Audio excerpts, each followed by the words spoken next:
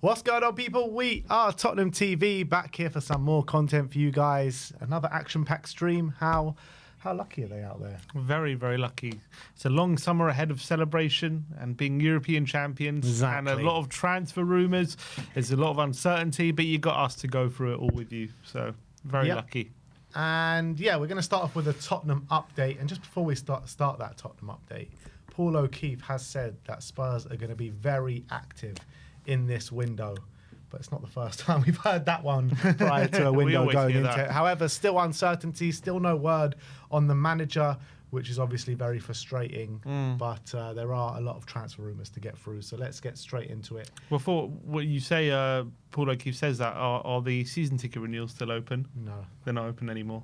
So there's no reason to lie. No. Yeah, it must be true then. They closed on the 27th, so 2 days ago. 2 days ago. Yeah. But we're going to start talking about Cuti Romero. AS are reporting that Tottenham are demanding 70 million euros from Atletico after initial conversations, a figure that will not be met by Atletico. Spurs are insistent on keeping Romero, but the player himself is still open to the move. Well, you can jog on if they're not going to pay at least 70 million. I think that's 70 million euros is like the minimum, I would say. So it's a pretty fair price. I think so. I think that's a price that he's worth. And when you're looking at a player of his pedigree, his quality, and also what you'll be getting, they should be willing to pay that. If you're not willing to pay that, how much do they actually want him? So for me, that's got to be the minimum price for sure.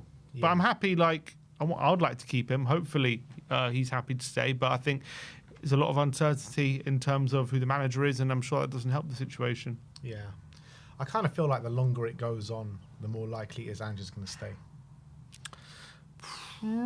It's hard to know. You can look at it either way. But probably because if they were going to get rid of him, then you kind of want to get that search underway. But then again, it might be going on in the background. Yeah, it could be going on in the background. So it's hard to know. It's hard to know. Yeah, on the flip side, the longer it goes on, you could say, well, if they were going to keep him, they would have something. We would have heard word. Or journalists would have come out and said it. Yeah, we would have heard. Yeah. And the fact that we haven't is also. So either way, it's bad. Yeah. Just get on with it, Tottenham. What are you waiting for? There are a few quotes coming out today as well. I know these quotes are probably taken from an interview that was done prior to the final, but the interview has only been released today. And on his future, he said, right now I'm at Tottenham. I'll give my best until the very last day. I'm happy here as they make me feel like an important player, which is nice. Whatever the future holds must be right for both of us. And then he was talking about his life in England, and he says it's tough. Not so much for me because I love coming to training, but my family, it's tough because they're being locked up all the time because it's raining, it's freezing. They suffer a lot. So, I mean, yeah, he's probably got knocks on the door from his wife, from his kids. Well, his kids don't knock on his door because kids are very, very young, but whoever is in his entourage and just say, look, let's get out of this place, man. It's freezing, always raining. Let's go to Spain. Yeah, and I can understand that as well because Spain, the weather there is so much nicer. You got the sunny Spain. I can understand the appeal of that. So from that point of view, when you've got family members that he's already kind of hinting they want to move, obviously that's going to play a part, isn't it? And in terms of his overall happiness, obviously these are things that Tottenham can't control. If his wife wants to go to Spain and he's getting an offer, it's hard to those are kind of intangibles you can't really control. So. But it doesn't mean that's going to massively influence his decision. But it means that's something that is in the back of his mind when he does make decisions. So I think it's obvious that at some point he wants to move there. Whether it's this summer, whether it's in a year's time, whether it's in 2 years' time, who knows? But I think at one point he is going to go there. Yeah, and if he is going to go there at some point, and he's if he wants to do that, he's probably not going to sign that deal. So it probably still does point to the fact he probably will leave this summer. When you take everything into account, Levy's going to want to get the most money as possible, whether that comes from Atletico or a different club, we don't know. But if Atletico as well are not going to meet the demands, and how is he going to leave? We're going to end up selling him on the cheap next summer or ultimately let him go for free the year after. Well, I wouldn't rule him out. I wouldn't rule him out signing a 1-year extension just because he could be getting a big pay bump. And in a year's time, we're back in a similar situation. All is different is that he's had a year with a lot better pay, and if Atletico aren't going to stump up the cash, would he rather a year with better pay, or would he rather maybe a protracted contract talks or kind of rumours, and then potentially run down his contract in 2 years' time when he could have been earning a lot more money here. Yeah, that's true. But then again, he could look at it in a case of if he runs down his contract and gets that free transfer in 2 years' time, he'll probably get more pay than he's ever going to get. In 2 years' time, potentially. Yeah, that's fine. But you're still waiting 2 years with a lot less pay. And even if he signs that contract, I'm sure he could even move after that and get another pay increase. But like the wages that he's going to get from a free transfer will be bigger than, getting a wages from a big transfer fee. Yeah, potentially. He'll get a signing on fee as well. Yeah. So I mean, if he's in it and playing the long game and everything like that, then I think that's probably the way he would want to play it. Could do. But anyway, let's talk about Ben Davies now. George Sessions says that Tottenham are mulling over whether to activate a 1-year extension in Ben Davies' contract. It's not activated. If not activated, Davies will be out of contract at the end of June. Final decision expected next week. Forster, Whiteman and Reguilon will leave Spurs when their contracts do expire on the 30th of June. So this is what he's saying. I've heard completely conflicting, and I actually messaged last night to get further confirmation, and he's still telling me the deal with Ben Davies, 1-year extension, is 100% signed. However, he did also say that he believes that they're going to try and sell him this summer. I would. Look, I love Ben Davies. I think he's been a brilliant servant for Tottenham. He's always put in 100%. Even at times this season, he stepped in and done well. The reality is, I think it's just time to move on. I think from what I've seen, when we used him in the second team, he just doesn't quite cut it. He's done all right in the Europa League at times. Obviously, he played very well away like Man City, and there was a spell when he first broke in, he was playing quite well. So I'm going to give him credit. But I think the guy is over 30 now, doesn't really have the legs to play left back anymore. And I just don't think has the physicality to trust him at centre-back too regularly. I'd just rather move him on, get an upgrade, a younger player, hungrier player in that position who we can more trust to step in when we have to rotate, or even someone to challenge that first team. Davies is just never going to do that. And I understand he's got his value, and I understand that sometimes you do need players like him around who are willing to play second fiddle and are willing to do a job for the team. But he's been doing it for a long time. Let's be honest. He's been doing that for a long time, and there is whatever people want to say, there is a clear gap in quality when he comes in. I'm sorry, that's just a brutal truth. There's a clear gap in quality when he comes into the team, and as much as maybe that gap in quality was a lot less before than it is now, I think it is there. And I just think he's been here for 10 years. It's just time to move him on and get a different player, especially the squad at the moment. We have to be ruthless, right? We've got a bloated squad that we in terms of we've got a few players that if we want to sign players for Champions League next season, we're going to have to make a few ruthless calls for players that we like, and I think he's one of them, unfortunately. Yeah, I mean, look, he's been an unbelievable servant for the club over the last 10 years, Ben Davies, always reliable, always dependable. But yeah, I do think it's probably time for him to move on, and I still think he holds a value.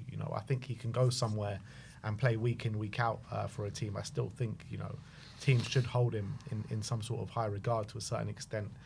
And when you're looking at, we need to find a successor for him. Like if it's like Piero Hincapié, he would be like the perfect example, wouldn't he? Someone that can fill in at left back, fill in at left centre back, and doesn't drop the quality too much. So I completely agree with what you're saying. Like when you take out a Mickey van der Ven and put in a Ben Davies, the quality difference is there for all to see. But I do feel for Ben Davies a bit, because I feel like he's been so underappreciated for so many years at Tottenham. 10 years he's been at this club. And, when everyone's talking about winning this trophy, everyone's going on about Son. Son's finally got the trophy. No, not one person mentions Ben Davies. It's true. And he's been here longer than him. He was Pochettino's first signing at this football club. So I do feel for him a bit. I completely think that he's been underappreciated all these years. No one furniture. Yeah, exactly. So I think he deserves a lot of respect at this football club, and if he is to leave this summer, he leaves with his head held high with the service that he gave to this football club. But I do agree. I do think it's probably time to move on. I don't think many because I think he sees himself now as a purely centre back. I don't even think he wants to play left back anymore. And I think if he was to leave, who in the Premier League, apart from maybe the teams coming up, who signs him to start for them at centre back? I think a team that play a back three. I think maybe one of a back team. three. Who, like Palace? Maybe. I mean, does he start for Palace? I don't even know. Wolves.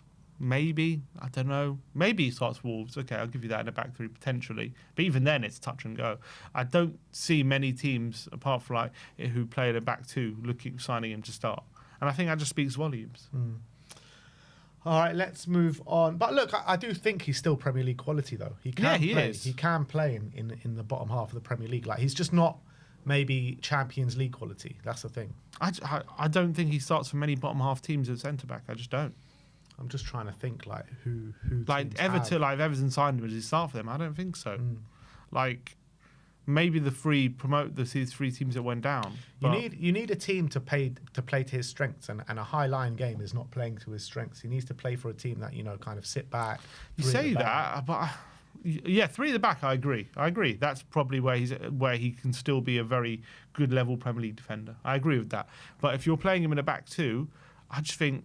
Especially even a team that sits back, he'll be found out a bit because physically, I think he's all right. But when he comes up against the better strikers, he can be bullied, and I think we've seen that. Look, I think he's a good player. I think if you're signing him to be a squad player in terms of mid-table Premier League team, that's fine. But I just don't see many Premier League teams signing him to start him as centre back. Can you not see him like going to like a Brentford or someone like that? Like with Ethan Pinnock and Collins and these kind of guys, he's not too dissimilar level to them. I think they're probably a bit better than him, to be honest. Maybe, but he still sees significant game time in that team. Yeah, probably as a squad player. I don't think he's a nailed-on starter. Talking about Brian Hill and Manor Solomon, George also says that Brian Hill and Manor Solomon will have to leave. Will have to find a move this summer after returning from their loan spells. I mean, look, Brian Hill is no secret because we've been trying to get rid of him for so many years now, and he's gone to Spain. He's had a good season, but had a massive injury, so it is going to be hard to sell him this summer. That is the reality. With Manor Solomon, he's gone away. He's had an unbelievable season with Leeds, and he's the one that really has a value going into this transfer market. And you were thinking you could probably get 15 to 20 million for someone of Manor, what he's done this season. And there's been rumours of him going back to Leeds. There's been rumours of him going to Marseille to play back under De Zerbi. So he's going to have a few suitors for him this summer. Agreed. And fair play to him. He's gone to Leeds and taken that chance and really got his career back on track, because the last couple of years when he's been injured for a lot of the time, then Fulham, he was injured and did come back and done well, which earned him his move to Tottenham. But it's been very disrupted, and he came to Tottenham as a big break, and it was very unlucky he got that injury. But I think he did what he needed to do this year, which was just build his confidence up. I said at the beginning of the season, I want you to drop down to the Championship and prove you're too good for that level, and prove how good you are. And I think he did that. I was actually talking to a Leeds fan yesterday. I'm good friends with a Leeds fan, and he was saying he thinks we're mad to let him go. He thinks we should be keeping him, and he thinks he's Champions League quality. That's his belief. But I just think, again, like I was saying before, we have to be just a bit ruthless this summer. And when it comes to Manor, he's done well in the Championship, but it's a chance to get a good fee for a player, sellable asset. For a player, I just don't think the club are convinced is ever going to be the guy that we need in that front line in terms of relied upon starting player who's like a star player. We've got a lot of young wingers. Obviously, he's not young, but if we're looking for a more established winger, is he the answer to that? I just don't think the club are convinced by it. Not to say he's not a good player, but I just think we're looking for a high caliber, and I think we got him on a free. Pure profit we get for whatever we sell him to, and I think it was one of these times I think you just have to know when to sell, and I think this is it.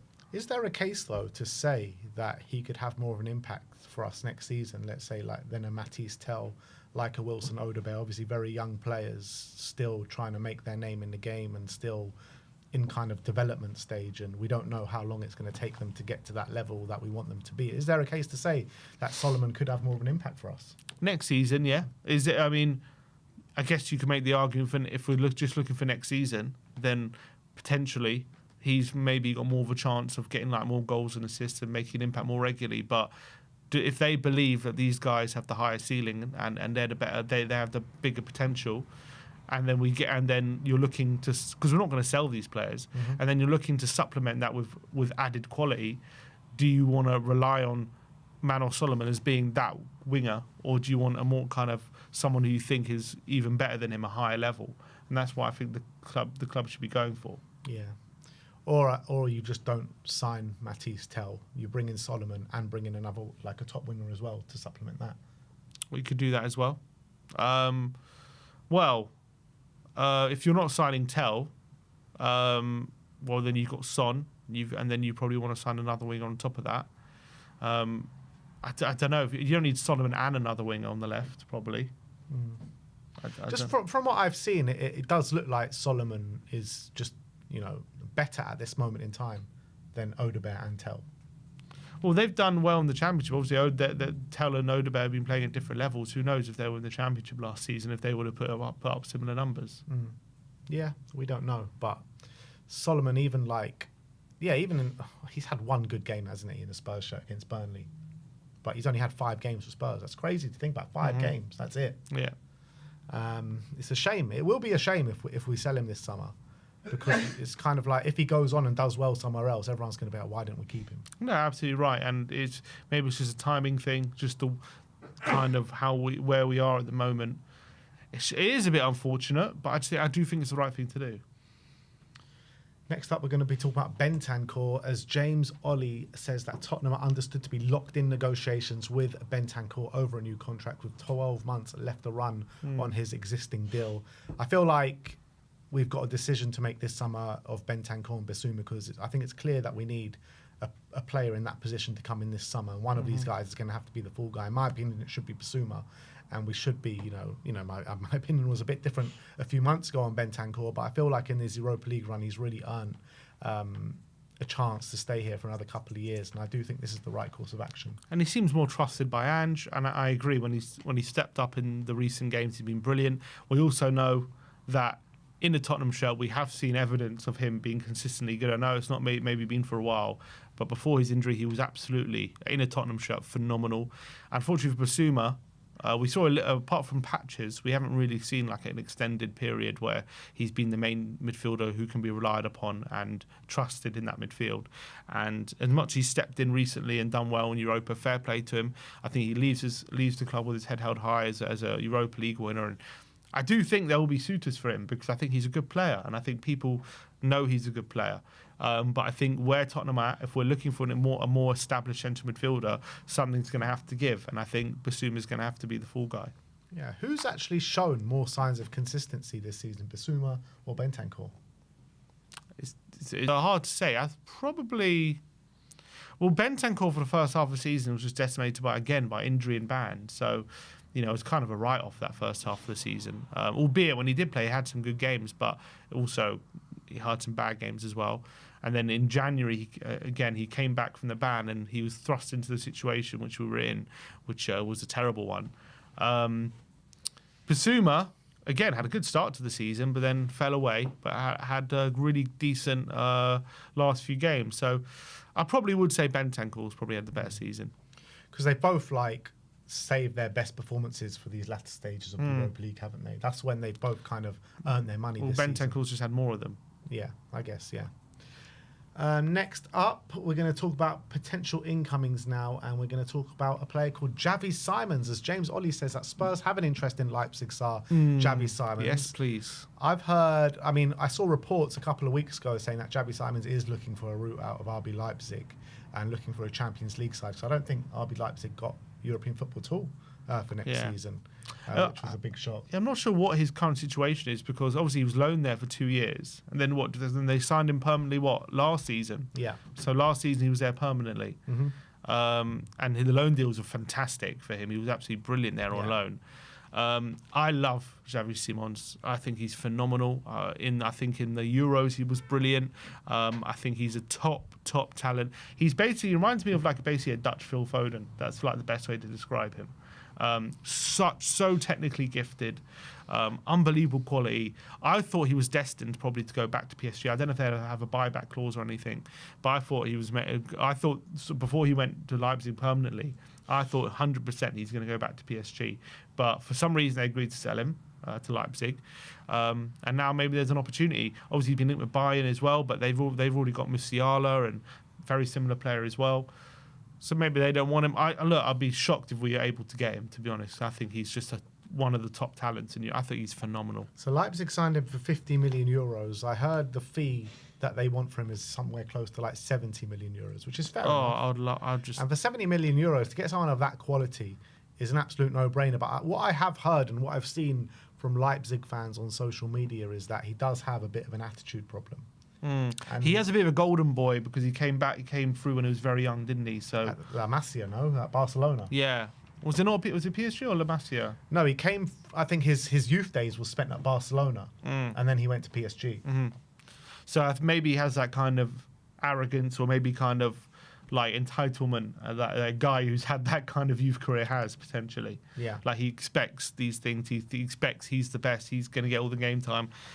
Maybe. Look, I don't. If that might be true. You obviously got to do your background checks and see the character. You got to get the right characters in, 100%. But he's also one of these players who can just play midfield. He can play false nine. He can play on the wing. Both wings. He's just so versatile. He's also kind of maybe a kind of profile we don't really have in a way. Maybe Maddison's the closest we have, but he's kind of like a Dani Olmo, a Musiala, a Wirtz, Foden. These kind of little technical players who love playing in between the lines. And I think he would also really help kind of when we have the ball in the final third, breaking teams down, adding that little bit of quality and magic. So I think he's phenomenal. And if obviously depending on his attitude, but that's the kind of quality we need to really go up a notch, I think. Yeah, 100%. And he's only 22 years of age. Yeah. It feels like he's been around forever. Literally. He got 18 goal contributions this season in the Bundesliga, 10 goals, 8 assists. And then last season, he got 8 goals and 11 assists. So consistently pulling up those goal contributions, Xavi Simons. And look, I would love to see a player of that quality come through the door. I do find it a bit unlikely that Spurs can get a deal like that done. But he's looking for Champions League football. And if no one else is willing to stump up that cash, then surely we're in for a shout, you know? And you would look at it, though, like with the links to Eberechi Eze, it's only going to be one of Eze. We're not going to sign both of them, right? So which one would you prefer to see through the door? I think Simons has the higher ceiling. Obviously, Eze is, though, like 5 years older. He's Prem ready. Yeah. If they're going to be a similar price, obviously Simons has more Champions League experience than Eze. Yeah. Even though he's younger, I probably would lean towards Simons. Even though I love Eze, I think Eze maybe next season might have a better season, but I think for the long term, I think Simons would be the better shout. And in an Ange system, what do you think his best position is? Do you think it's the Maddison/Decky role? Is it going to be on the left wing? For an Ange system, you'd probably say central, than out wide. Yeah, I think he could probably, because out wide he's probably going to be similar to how Decky plays it. Like he can do it, but it's not going to be at his best. Central is probably where he'll be at his best. So if we do sign him, does one or Maddison and Kulu need to leave then? Not necessarily, because if you get a Champions League, I think hopefully I would like maybe next season we start to see a bit more of that Maddison Decky together a bit more again. Obviously not every game. Bergvall then.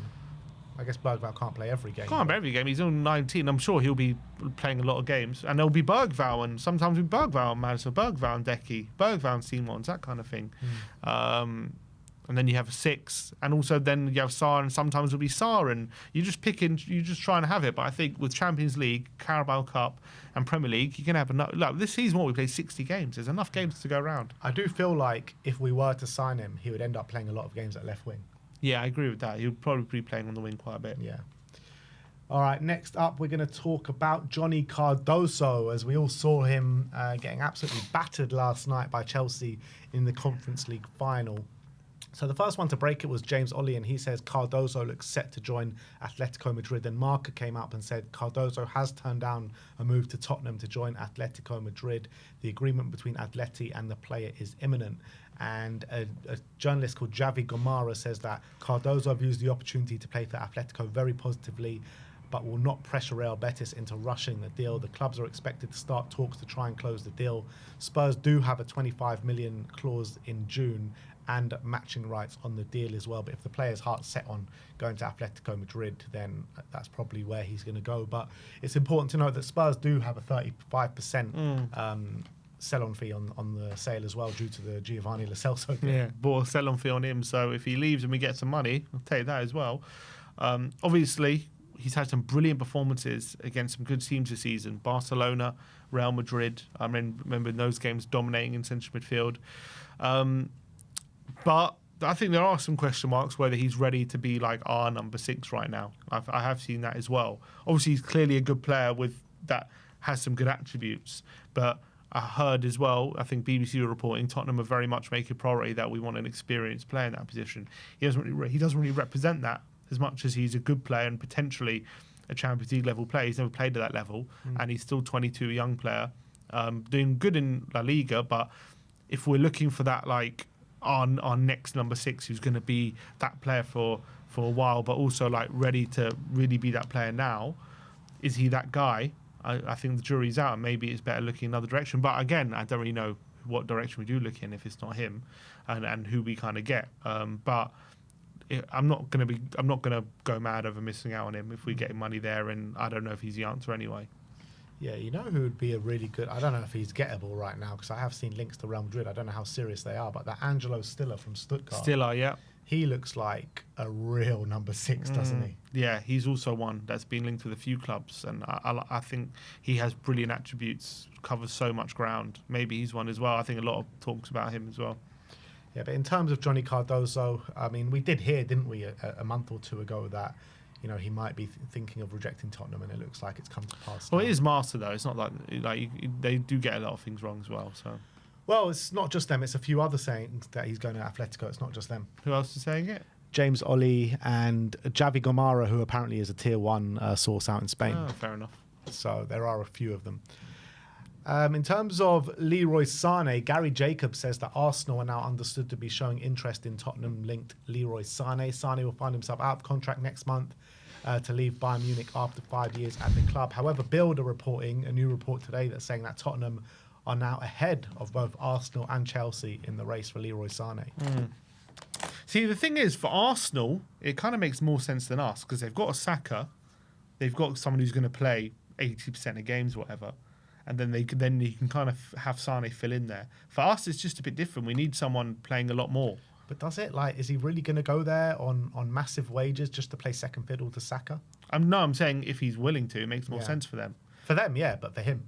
I don't know about for him. I'm just saying the signing makes more sense for Arsenal than it does for us in a weird way, because he kind of fills the role they need. Whereas for us, I think we're going to sign him as this star winger, the star signing, and I just don't know if he's up to that anymore to be that player. Like I think if we're asking him to play 50% of games, then fine. But are we going to do that? Is it worth doing that? Like signing him for him to do that? Yeah. I like him. Obviously, he's had a wonderful career. He's a wonderful player, but I've just, his physical condition at his age with that wages, I don't know if that should be our big winger signing. Yeah, I know. I do get where you're coming from. There are definite question marks there, but I mean, when I've seen him play this season, he's looked really good. Right, from the times I have seen him play. So he's also pulled up more goal contributions this season than he has done ever in a Bayern Munich shirt in the course of the 5 years that he's been there. So I just look at him, and when you're looking at the experience he has, when you're looking at what he's done in the game, when you're looking at we need experience in this team, I just feel like it would be a really good signing for us to make. But then again, we had all those conversations about Chiesa in the summer, and that hasn't really gone well for him. Yeah, I just want someone I think their body's maybe a bit more reliable right now.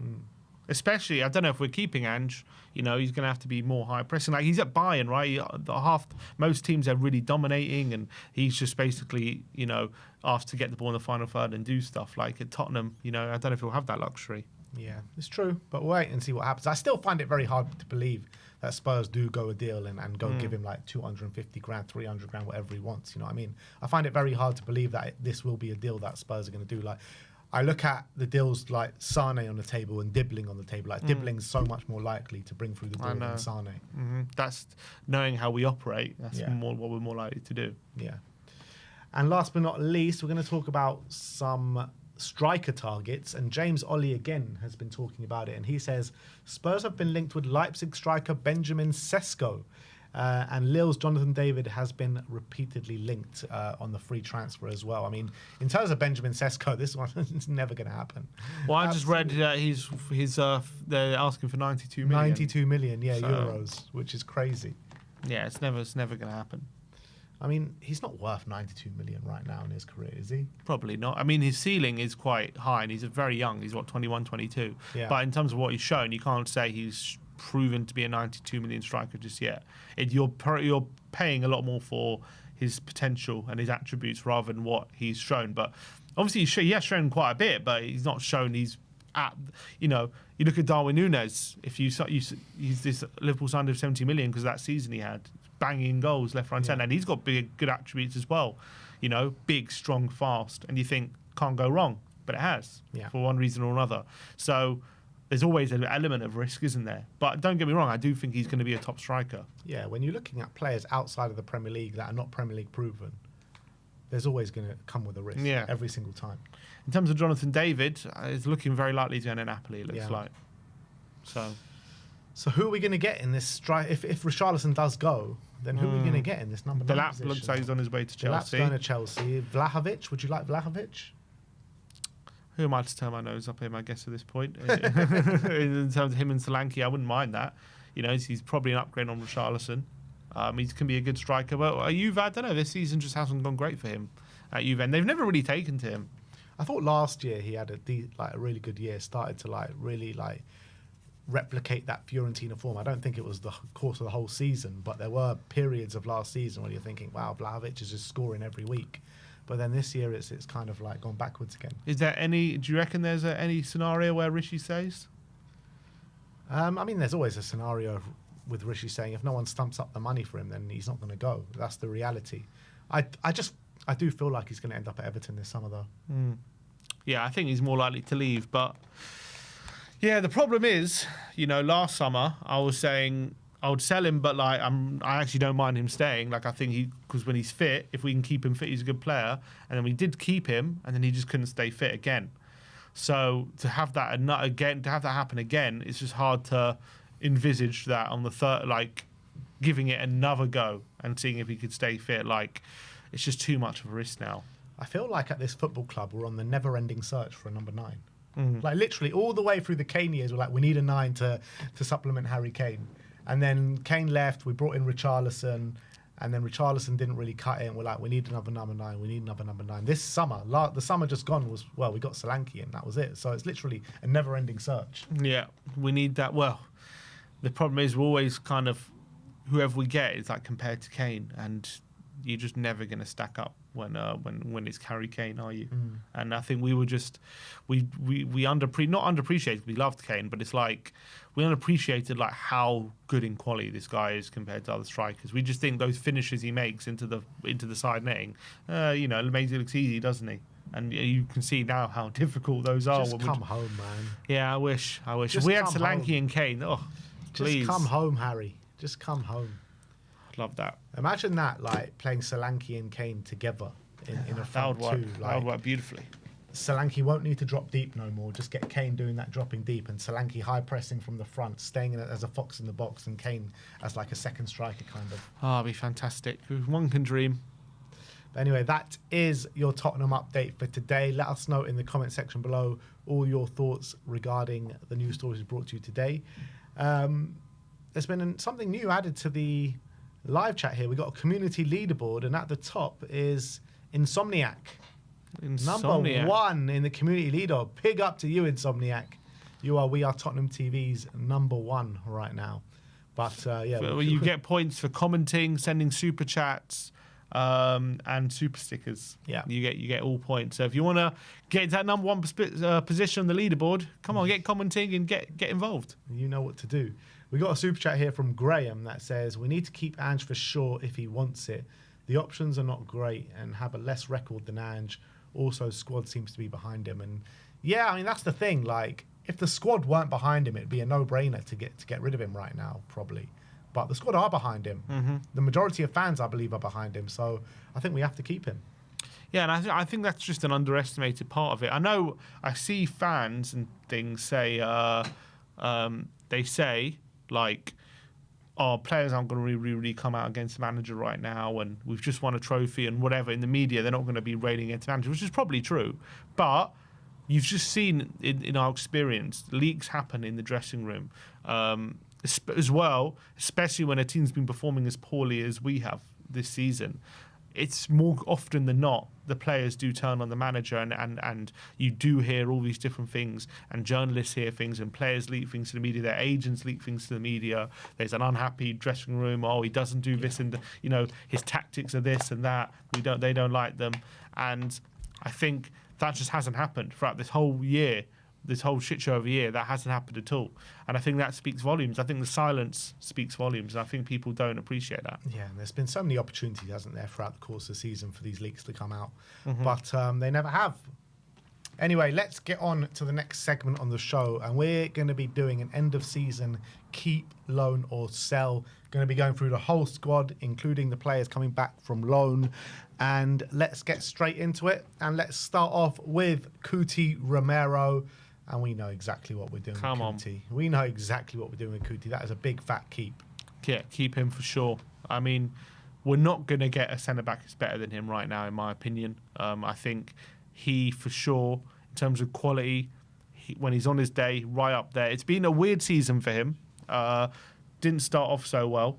And he was making a lot of mistakes. But... And then he obviously had that big injury during the season for Argentina, then came back against Chelsea, got injured again. But since he's come back, I think obviously he's had a few problems like in the Premier League, but in the Europa League, been phenomenal in that whole run, brilliant in the final as well. I think we know when he's at his best, when he's got Van de Ven next to him more often than not, he can be at his best and brilliant. I just think he needs to believe this club wants to win things as much as he does. Yeah. And I think that's part of the problem. You've seen him go up the board saying, look how the other clubs improve and stuff like that. And I think when that seeps into his mind and he can switch off a bit, lose concentration, then the problems come. But when he's switched on and fully bought in, he's a brilliant player. I think it says a lot as well with the rumours that we've heard come out in terms of his future being alive to Ange Postecoglou. And you're talking about a born and bred winner who's played, different kind of systems and won the World Cup, Copa America twice, and Argentina have their own style of play, don't they? But I feel like with him coming out, well, not coming out and saying it, but the press kind of leaking that kind of information, I think it's quite significant in terms of Ange Postecoglou as well. Yeah, and how, he's a winner, Romero, and that's what he sees in Ange, clearly. Next up, we're going to look at Wilson Odobert. I mean, there is a slight case to say loan because I still feel like he needs to be developing at a faster rate, but I'm going to say keep. Yeah, keep, for sure. It's been, again, we're probably going to be saying this to a lot of players, it's been a weird season for him where he's just barely played. He's played 18 games in all, but he played, 1 or 2 games, got a massive hamstring injury, was out for 6 weeks, came back, picked up another hamstring injury, then out for 3 months. And then he's come back, and ever since he's come back, he's just been managing that situation. Obviously, he's had a few bright moments like RZ and a few good cameos against Forest, played a decent game. But unfortunately, it's been difficult for him. But I think we've seen enough flashes that I think this guy, once he gets going, is going to be a good player for us. That's the problem. It's only been flashes, really. Yeah, but we've only seen literally flashes of him on the pitch. That's just the reality. Like, if he was starting all throughout the season, as I keep saying, he's a young player. He needs time to just adapt to us and adapt to a higher quality. He's been playing at Burnley, but this is now more expectation. It's different. He's had 18 games, not even played 20 games. He's had this kind of adaptation now, like between March and where he's played quite a bit. So hopefully from next season he can really hit the ground running. That's what I'm hoping for. Yeah, and he does remind me a bit of Aaron Lennon with his running style and his direct play and his willingness to take on his fullback and stuff. But yeah, I still think he's got a lot of developing to do. That's for sure. Next up, we are going to look at. We say keep for Odobert. Keep for Odobert. Yeah. Next up, we're going to look at Yves Bissouma. So Yves Bissouma obviously has had, for the most part, a torrid time this season. Came back, a bit of a remontada in the Europa League in the semi-final and the final. Brilliant performances there. But for me, it's going to be a sell. I said sell last summer, and nothing this season has really done. He hasn't done enough to change my mind. Yeah, I think it's time to move on from Bissouma. Time to get a bit of cash on him. We have to, again, be a bit ruthless this summer with, we've got a bit of a bloated squad and we've got players that we just need to be ruthless about. And I think he's one of them. A good player. I think he's definitely a Premier League player. And on his day, we can see how good he is. Unfortunately, we just haven't seen it consistently enough for a number of years now. He loses concentration at big moments as well. And had a great end of the Europa League run, but I think it's time to just get a bit of money for him. Kevin Danso next. Obviously, he's just come in January, so I think this is just an easy keep. But in terms of having a backup centre-back of this quality, it's so valuable, man. I don't think we've ever had it before. Yeah, I think he's been really good when he's come in.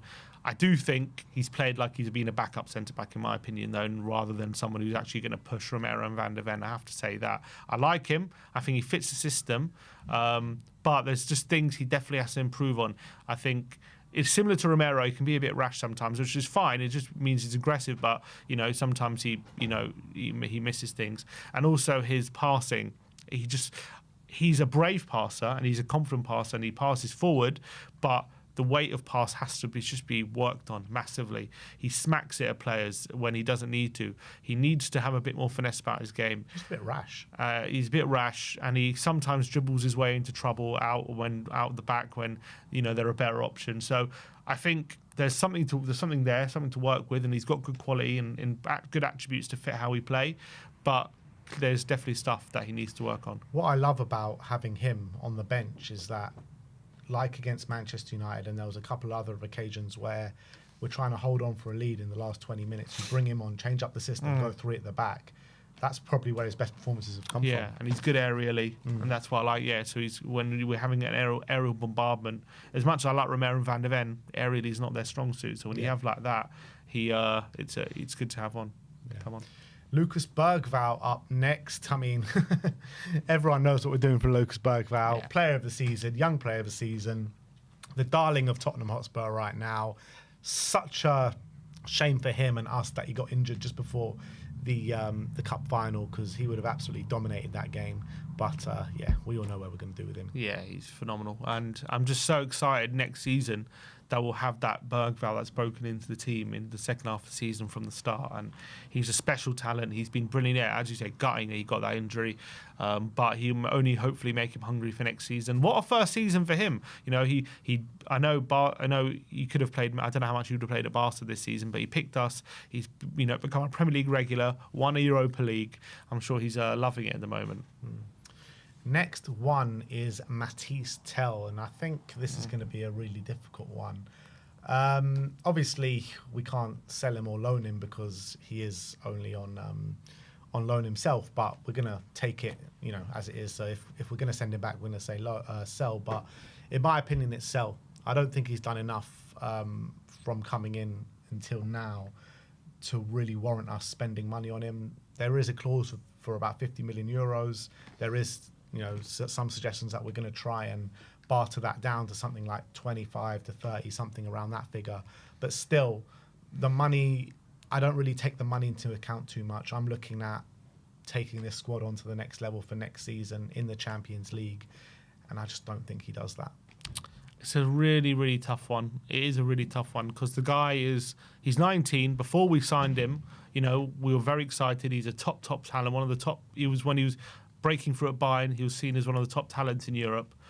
Got Champions League experience as well because he's played there for Bayern quite a bit. And for a 19-year-old, you can clearly show that this guy's got serious potential. And I think we've seen flashes of it. We've seen bits of it at Tottenham as well. It's a difficult situation he's come into. He came into the team playing up front in an injury-ravaged team, was struggling there. Then he's kind of been demoted to the second team because kind of Son or even Richarlison has been more trusted in the Europa League team, and he's kind of been in that Premier League team where we're playing our second 11, and that's also been difficult for him. Albeit, I think Frankfurt away, he started and did all right, so it's not like he hasn't been able to fit into those teams. He had a good game there, so the reality is it might just be a case of right player, wrong time for him. kind of, if we were in a different situation, maybe you could say, okay, you give him another year, even maybe loan him or sign him on a cheaper deal and trusted him. But right now we do have quite a few wingers and we do have to make tough choices, and he might just have to be another tough choice. Look, if we're convinced by him behind closed doors, that's what the suggestions are, and we really want him. We think, look, he hasn't maybe shown his best, but you look at some other players who've taken a bit of time to adjust, and now he's adjusted. He's going to he will hit the ground running with certain next season. I'm happy to sign him, and I don't really want to let him go. But if I was making a hard choice right now about do we not sign him and then really just go for a high caliber winger, or do we trust in him to kind of be that player, I would probably go in another direction. That's what I would do. But it's not to say I don't think he could potentially be that player, but at the moment we just haven't seen enough evidence of it. Yeah, and how long have we got to wait? We've got so many players that are in this kind of, in this kind of court where, they're not there just yet and they need development, and we can't have so many of them. It's just a bit nuts. And, Odebear's exactly in the same ballpark as him, as Matisse Tell, and we can't have both of them pretty much in the same position. So, in my opinion, we need to send Tell back and get someone more established in that position. But would you be unhappy if we signed him? I would be a bit frustrated. It would frustrate. I just get so frustrated watching Tell because it looks like he's got such good attributes and it looks like he can be a good player, but then when he gets in front of goal, like, he fluffs his lines so often. If you give him a pre-season, you get, yeah, look, there's a potential for it. For sure, there's a potential for it, but it's a massive gamble. It's a gamble, yeah. It's probably more of a gamble than signing a different player for bigger money, probably, yeah, for sure. So I think for this case, I think we're both going to say sell, yeah? Yeah. Next up is Mikey Moore. Mikey's an interesting one, 17 years of age. For his age, he's had a brilliant season. Europa League, in the group stages, he was brilliant. Scored his first goal for the football club. Youngest ever Europa League winner as well. With Mikey, with us being in the Champions League now and not being in Europa League, I think the best course of action for his development is to send him on loan, to be honest. I think get some consistent minutes in him, week in, week out, whether it be in the Championship or, even if a lower league, Premier League team are willing to take him on. But I think I think that would be the best course of action for his development. I agree. If we were in Europa League again, I think maybe keep him and have those games. But I just don't think playing him in Champions League and then playing him in Premier League is fair on him right now. I think he still just needs to develop a bit more to be ready to play that consistently. Clearly, he's shown he's got the ability to play at that level, just not consistently every week and all the time. And he just needs a bit more development, I think. But it's different, right? Playing in the group stages of the Europa League against the likes of like Ferencvaros and Alkmaar and Elfsborg to go in and play week in, week out in the Premier League. It's like a completely different kettle of fish. I think we need to give Mason a call, I think. Yeah, 100%. 100%. Send him to Ryan Mason at West Brom. That's why I say. He'll look after him. He'll know how he wants to play. So I do think he'll be good. He should be good enough for a Championship loan, though. I do believe that. Yeah, I agree. And you're looking at it, and for my opinion, send him out, a good year of development to come back into the first team the following year. That's what I think. Next up is Richarlison. Yeah, I mean, I like Richie. I've been one of his biggest backers, to be honest. But unfortunately, I think his time at the club is probably up. I feel like he is a good player, but it's just the injuries, man. The injuries just frustrate me so much. It's just non-stop with him. Just literally non-stop since he's come.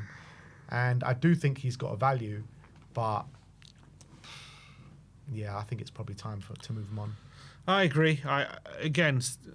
With Richie, I think he's shown when he's been on the pitch, he has value to us and he can be a good player. And when he's in that mode where he's rotating with Solanke and he's coming in or even playing with Solanke, I think he's a good player and he's shown that he can be a good player. And obviously we signed him from Everton for 60 million because he was good for Everton as well. But just the reality is, for the last 2 seasons, it's been absolute disaster for him on the injury front. And even the first season, he was struggling with injury as well. And it's just a case of we kind of gave it another year to see if we can get him on the pitch. And it's not only have we not, it's gotten worse. And I think he's played less this season than he did even last season. He's played 18 games, I think, this season, which is the same as Odebear, right? So it's just hard to then, off the back of that, justify keeping him again and trusting him again to see if he can stay fit. Now, again, if the club really believe that he can stay fit, I think he can be a good player. And I think, if he can stay fit, he would have a value in this squad. But if we got good money for him, if we got a good offer, I think I would sell and just try and get someone who's just a bit more reliable on the pitch. Yeah, and I think going back to Everton, for them to make him the marquee signing, first year in the new stadium, all that, with the new owners, I think we can get probably a decent amount for him. So I think it'll be a match made in heaven, to be honest. Go back somewhere he's loved as well. Agreed. Next up, Will Lancashire. So he's gone out to West Brom this season. Hasn't been a good loan spell for Will, to be honest. A few sub appearances here and there. Rarely started a game. Hasn't got any goal contributions to his name. He's taken part in 11 games this season. Majority of those are last 5 minutes, 10 minutes in games. So obviously in the under-21s the year before, he was our top goal scorer. Looked really good. I don't want to disregard that so easily. So for me, I think another loan spell. Yeah, I agree. I don't think he's ready for Premier League just yet. Even Championship, unfortunately, didn't go great. So he needs to prove it at that level. But I think clearly he's got potential, but he just needs to kind of learn how to play week in, week out at that men's football, I think. Yeah. Ben Davies up next. Dependable Ben, our longest serving player, 10 years at the club. Finally got that trophy. But I feel like it's time probably to move him on. Look, I can't thank him enough for the service that he has given this football club, but we just need to start, getting someone else that can fill in his role and the quality doesn't go down too much when Mickey ultimately gets injured or needs a rest. I agree. I think the gap in quality when he comes in, unfortunately, at this point in his career is just too big. And I think we've seen it when he's come in. He has had some good games. Don't get me wrong. He can step in sometimes. He's done great. He's been a great servant for us. But for me, he's now, 31, maybe 32. I think when we're asking him to play centre-back, you look at in the Premier League, who would he get in? What teams would he get into centre-back? I just can't think of too many he would. And I think at the moment, we need to be taking this squad on to the next level. And I just think the brutal reality is when he comes on a lot of the time, when he has an extended run in the team, it's just a lot of the time it's holding us back. And I just think we need better, unfortunately, at this point. And good player, great servant. I wish him well, but I think it's time to part ways. Yeah, absolutely. Radu Dragusin up next. So obviously he did his ACL midway through last season. Been out ever since. We have seen him on the grass on his way back, hopefully in line to be back for the start of next season. However, I would say sell for Radu. I would say sell. I don't think he's ever fit the system. And if Ange is to carry on next season, I feel like, and I think he's got a good value in Italy as well. So I feel like he's a player that we can sell. I would loan him only because right now, after an ACL, his value is probably not where it could be. But if we loan him, he shows a good period somewhere in Serie A, consistent period, playing well, then I think all of a sudden his value goes to Bahia. All of a sudden you get more suitors after him. And then all of a sudden I think it's easier to sell him. I think it might be a bit more. I think you probably can sell him this summer. But I just think maybe after a loan deal, you might get a few more suitors. Yeah, but what you're saying is ultimately you'd like to sell him, though. Yeah. I'd probably like to sell him. Loan with a view to sell. So probably, yeah. Unless he goes on loan and then really shows something different, which I'm open to as well. But I think as well... If you look at it as well, right, with the centre-back options that we have, you've got, let's say, for argument's sake, Romero staying. You've got Romero right, Van der Ven left. Dragoshin ain't going to play. We don't want him at left centre-back. We want him at right centre-back. And we got Danso there. So, I prefer Danso to Dragoshin in the system that we play. So, agreed. Where does he even fit in? He doesn't fit in. Yeah, he'd have to play... Yeah, he'd have to...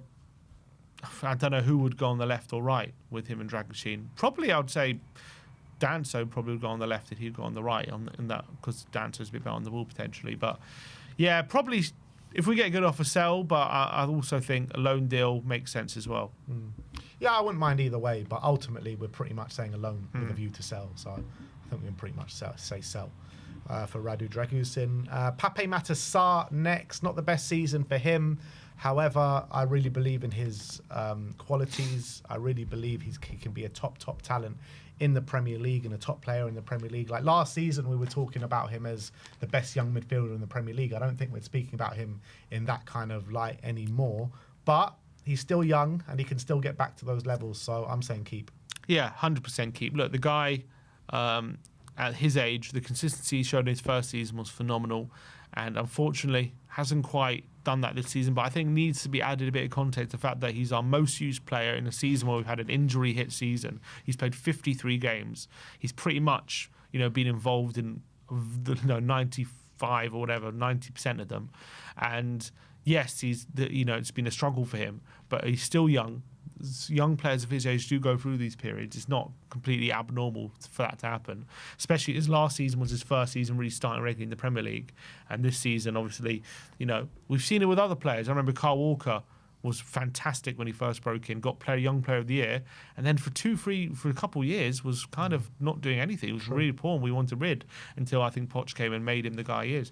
So I think Sarr, maybe this season is just that difficult one for him, but hopefully next season he can kick on again. I think the guy has such high potential, good ceiling. Obviously there's things he needs to improve on, but I think it would be stupid to let him go. Yeah, and he really showed his value to us in the final, didn't he? Like, I thought he was brilliant that game, and versatile as well, where he went on the right wing and did a really good job for us. So yeah, definite keep for Pape. Next up is Jed Spence. Really good season for him, obviously his best season in a Spurs shirt, and it's an obvious keep for me. Yeah, breakout season. The fact you can play left back, right back is really valuable as well. Look, this guy at one point it was hard to see how he was going to have a future here, but he stayed. He had a good pre-season. He broke into the team in December, and yes, he came out of the team for the main games kind of later on in the season, but I think he showed his value. He showed what he can do, and I think you got an English fullback who can play both sides and to a good extent, and good defensively, fast, strong. Looks better on the left than he does on the right. Yeah, at the moment for sure. So yeah, he's got to be kept. Mickey van der Ven, I mean, this is the easiest keep that we're going to do in the whole episode. I mean, what a player he is. The only kind of question mark against him is those hamstrings and those injuries. So as long as we can keep that down to a minimum, he's going to be an unbelievable player for us for a long time. Yeah, the challenge for him is, can he have a season where he's not out for 4 months? Yeah. And let's hope it's next season. Because if you look, there's been no problem with Van der Ven. He's been brilliant. And literally, you can probably count on one hand the amount of bad games that guy has had in a Tottenham shirt. The guy's been phenomenal. Yes, he's had bad games, but he's a guy still, a 23-year-old centre-back who joined the Premier League when he did. Yeah. 24 now. Phenomenal talent. Just hopefully we've sorted out those hamstring injuries now. The fact that we were managing him in the second half of the season the way we did, changing his running style, all these different things. Let's hope he's over these problems. But obviously, until we've seen it and evidence that he's really over it, it's hard to say he is. So the jury's out on it, but let's hope next season can be the season that he's not out for 4 months. Yeah. So, I mean, having said that on Van der Ven and his hamstrings, and it is concerning that we have to manage him, and hopefully that isn't the case next season, but we do need to bring in someone of that Ben Davies ilk that can play left back and left centre back, that can, help manage the minutes of Van der Ven, and if not, then fill in at left back as well. So I think, like I said before, I think Piero Hincapié, if we can get him, is the perfect one for that. But next up is Destiny Udogie. Obviously a slow season for him with his injuries, and he never really reached those levels which we saw him at the beginning of last season. However, towards the end of the season, he really got back to those levels, in my opinion. And I felt like fans were starting to question Udogie and the quality of the player, but I feel like he's won a lot of fans back over towards the end of this season. Yeah, he's had a really strong end, and how he's been playing at the end of the seasons has reminded us why we were so highly rated him last season and how good he was for large parts of last season. He's also hard to forget how young he is again, like 22. Yeah. So again, he's so young. He's still new to this league, but he's getting up to speed. And this season's been difficult for him. Had surgery in the summer, started a lot of games at the beginning, kind of got injured in December, and had to, again, similar to Van der Ven, had to be managed when he was on his return. But as soon as we got him up to full fitness and he was playing in those big Europa League games, absolutely phenomenal. And if he's in that kind of form, he's one of the best left backs in the league. Yeah. And with the attributes he has, it's brilliant. So for sure, it's a keep. Yeah. So Destiny goes into keep. Next up, who have we got? Next up is Pedro Porro. Pedro Porro is an easy keep, in my opinion. Such high quality that this guy has. Best attacking right back in the league now. Trent has gone for sure. And yeah, it'd be silly to think anything but keep for Pedro Porro. Yeah, there are a couple of question marks potentially on his defending, but I still think like he's always getting better at that as well. Yeah, 100% keep. And I think now, as you said, now Trent's gone, he's actually quite a unique profile in the Premier League now. Not many fullbacks with that kind of ability he has, that kind of quality. His passing range, his crossing, absolutely fantastic. In the end, he did get a pretty decent number of goal contributions again this season. I think he's a great player. I do think, look, defensively, is he the best in the league? No, but is he this big liability that everyone says? I don't believe that. I don't believe he's a bad defender. He's just not the best defender. There are better defenders, but I think that his deficiencies in his defending is offset by how good he is going forward, in my opinion. So, for sure, to keep, I think he's one of the best right backs in the league. Next up is James Maddison. You're never going to win anything in your team with James Maddison there, that's for sure. No, I'm going to say keep for Maddison. I think he's had a strong year. I think it's been better. He's improved on what he was last year. So, yeah, unfortunately, he got injured towards the end and didn't make the final. But, yeah, he holds a big value to the team, and it is a bit of a shame that he can't last the duration of games, and he hasn't been able to do that throughout the course of the season. But the quality that he has, and I feel like when he is in the team, he does make us tick. For sure, I think we're a better team when he's there. I think he's probably the only player we currently have who can really set the tone with his passing and control the pace of the game. We don't have anyone else who can do that, and I think he's really upped his output. First season, his output was quite disappointing. I think it was 3 goals and 8 assists or something, which is should be doing better. Second season though, considering he's been injured for a bit and comes off quite early, 7 goals, 9 assists in the Prem, much better output. 9 goals, 7 assists, yeah. 9 goals, 7 assists, sorry. Much better output, 16 goal contributions. Considering, I don't know, the minutes he's played is probably the equivalent of I don't know how much, but, not that much. He's on the bench a bit as well. Goal contributions per 90 is probably a very high, is my point. So I think he has that magic. He has you still kind of feel like he's got a level to go. Yeah. You do get that feeling. And if he can stay fit, maybe we'll see it. Obviously he's got a bad injury at the moment, so he's going to have to recover from that and get back up to speed. Hopefully he's back for the beginning of the season. But I think, yeah, he's got magic in his boots. And you look, whatever people want to say about him, how many number 10s in the Prem are better than him? You maybe got Bruno and Odegaard. De Bruyne's leaving. Not many. He's had a much better season than Odegaard. He has, agreed. So, yeah, you got to keep him. Yeah, I would say with James Maddison, at 28 years of age now, he should be in the prime of his career, playing the best football of his career. So I'm expecting big things for James Maddison next season. And if they don't come, I think there is a conversation to be had at the end of next season. Agreed. Next up is Archie Gray. Now, this is an interesting one because, he's done such a good job for us all season, at centre-back, filling in those positions and when we were in the midst of the big injury crisis. But when he's actually played in his natural position, he's been poor. I don't think you can argue against that, which has been disappointing. But when filling in at right back at times and centre back, he's done better there than he has in central midfield. But when you're looking at the makeup of the squad next season, where is he actually going to get minutes? I question where. I mean, maybe he's a good option to have in the squad, but I don't think that does wonders for his development. So I think actually a loan for Archie Gray next season. Yeah, I'm conflicted on it because I do think having, he's been through this season, hopefully he's developed and learned from a lot of his struggles he's had, especially midfield.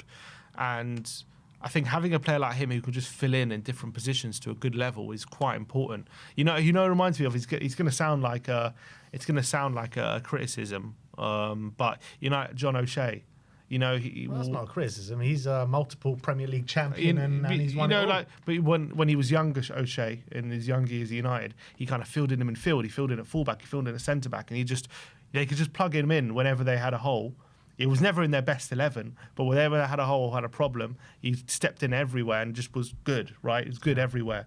Never let them down. That's kind of feel like what a Gray could be for us. Yeah, but the thing is, it hasn't come to that. Like, he hasn't been good everywhere. That's the whole point. The thing. Well, he's young. He's 18. Yeah. O'Shea was maybe in his early 20s when that happened. I do feel like if you're looking at next season in midfield, if obviously you got Decky, you got Bergvall, you got Sarr, you got Maddison, you got Bentancur, plus maybe we're going to sign another one. Is it just worth keep putting him on a Premier League loan? I do think he's a Premier League player. Leeds are back in the Premier League, and maybe a loan to Leeds for a year, really help him play Premier League regularly, consistently in his best position, get him fully up to speed. Maybe that's the best course of action, because I think I agree with him. When he's played in the midfield, he just hasn't quite been ready for it just yet. Which is a disappointment, because we signed him for 40 million in the summer, last summer. And I kind of expected more from when I saw him in central midfield. And there was a big clamour for it. That was one of the big criticisms I heard a lot of people say about how he's playing Gray. Why do you never play midfield? And he plays, and maybe you can see why. I think he has probably been a bit more comfortable at fullback, and even at centre back, you can probably say he's been a bit more comfortable, even when that's not his favourite position. But I think it's a learning curve. Midfield is very difficult. Got a lot of physical players in there, and especially in the Premier League, it's so kind of helter-skelter in there, so physically demanding. It's been difficult for him to kind of compete with that. Maybe over the summer he develops himself a bit more, and he might be ready for it. But the evidence that we've seen right now is that he's not quite ready for it. The thing is, if he is going to stay here next season, he's not going to see the consistent football, which I think he desperately needs to further his development. And I think if he can go back to a Leeds just for one more season. Although he did play, 38 games this season, I think it was. Yeah, it's only because we got mad injuries. It's true, but still, that would help him, the fact he's played so much. Yeah, it will help him. It will help him, but I still think he needs another season of it, playing in probably his natural position as well. So I'd like to see him go back to Leeds, where he's loved, see him perform there for a year, hopefully get consistent football and come back much better for it. Look, there's no doubt about it. The boy's got so much talent. The boy has got so much talent. So a year of development and come back and absolutely smash it for us. So alone. Next up is Vicario, our number one, Vicario. Yeah, he's been good. He's had a really good season, to be honest. Towards the end in the Premier League, tailed off massively, but was very valuable to us in the Europa League. And when he first came back from his injury, and even in the Premier League, I thought he was brilliant. So a couple of bad performances doesn't sway me off anything, so keep. Definitely keep. But what I would say for him is he's got to be careful, because I have definitely seen there's been examples of when a keeper's playing quite well, and then they kind of fall off their form a bit, and they just struggle to regain it, and he's got to be careful he doesn't fall into that. Paul Robinson. There's been other examples as well, but he's just got to be careful he doesn't fall into that, where he just allows his level to just drop like that. He's got to make sure he cuts those kind of poor performances out. But to be fair, a lot of people I think are using recency bias to say he's been poor or had a poor season, because before the injuries he was fantastic. Before he got injured, he was fantastic. He actually probably had his best ever game in the Tottenham shirt. The game he got injured against Man City, he was phenomenal in that game. And then he got that ankle injury, came back, had brilliant performances early on, and then for some reason in the Premier League, his performances started to decline. Wolves, he was terrible. Forest, he was terrible. Liverpool, he wasn't great. So he's got to be careful that he doesn't allow those kind of performances to seep in. But, I think it's offset by some brilliant performances in the Europa League. And I think overall his time at Tottenham has been largely very impressive. So I'm happy to move forward with him. But definitely playing out the back and stuff, he's got to improve. Yeah, and I guess the worry for him as well is that we've got other top quality keepers at this football club. Kinski, up and coming keeper who looks really good when he plays. You've got Josh Keeley, who smashed out at Leyton Orient. These guys are going to be knocking on the door. Yeah, I think Keeley will get into Keeley anyway, but 100% with Kinski, he's shown, I think, when he's come in. Yes, he's had some bad games, but he's 21, 22, he's a young keeper. But he's shown, if there's things that he can improve on, he does things better than Vicario. So I think if Vicario lets some standards slip and Kinski improves his, Kinski might find himself as number one. Yeah, exactly. Next up is Brennan Johnson, the man, the hero, top goal scorer this season. I think he holds such a good value within this squad. Just the ability just to consistently get on the goals on the score sheet for us. 18 goals in all competitions this season. So valuable to the team. Yes, we want to see him impact games more, no doubt about it. But I just feel like we need another top right winger to come and challenge him for that right wing spot. But brilliant season for him all in all. So yeah, keep. Definitely. I think he just needs to keep growing as a player. 18 goals this season, all competitions. Our top goal scorer. That is not to be sniffed at. That's not to be overlooked. I think he's getting in more of those positions. I just think he has to kind of learn how to impact games more and all that kind of stuff. But look, we can say all that stuff, but as long as he's getting that level of goals, if he keeps improving on that goal tally, it's hard to complain, regardless of all the other stuff. So, fair play to him. He's done well. He's silenced the critics, the doubters. Want him to, just keep going as he is and just keep scoring. And I think he'll go from strength to strength. So fair play to him. Yeah, and he's etched his name in the legends of this football club with a winner in a cup final and a European Cup final. Okay, I guess the fair criticism would be keep doing what you're doing, goal scoring, but just be a bit more creative. Create more chances and just be a bit more dangerous on the ball. Which he was doing last season. Which he was doing last season. season. 11 assists last season. Everyone, the criticism was you don't get on the goal scoring. You don't score enough. So now it's like you don't create enough. So if you can merge those two together. Find a balance. Yeah.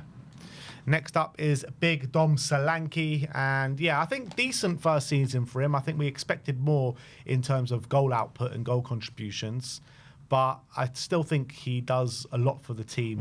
And we definitely missed him massively when he was out injured, that's for sure. And he helps contribute to the attack so much, and he kind of like gels that attack together. So I'd like to see him contribute more to the goals, but I think decent first season for him, so keep for me. I agree. I think it's keep. But what I would say is I just want to see more quality from him in front of goal. But then again, I'm kind of asking for something he's never really shown too much, because beforehand, you look at his goal scoring tally. Yes, it's strong, but you look at the goals he scored, it's not really great finishes from tight angles or things like that. It's definitely tap-ins or first-time finishes or attacking crosses, things like that, which is absolutely fine. And that's something that, for us, he can get. He should be able to get 20 goals a season doing that for us. But last season, for some reason this season, the supply to him wasn't great. We didn't create that many chances for him. And we did ask him to create a lot of chances for himself. And the reality is he wasn't able to do that. You see some of the goals, for example, like Isaac scores this season, like just Solanke's not capable of that. He's not that level of striker. Doesn't mean you can you need a world-class striker to score 20 goals. You don't. He doesn't have to be world-class to do it if you play to his strengths. We just haven't done that enough. We haven't whipped in enough into the air for him, or enough quality. We haven't created enough cutbacks for him.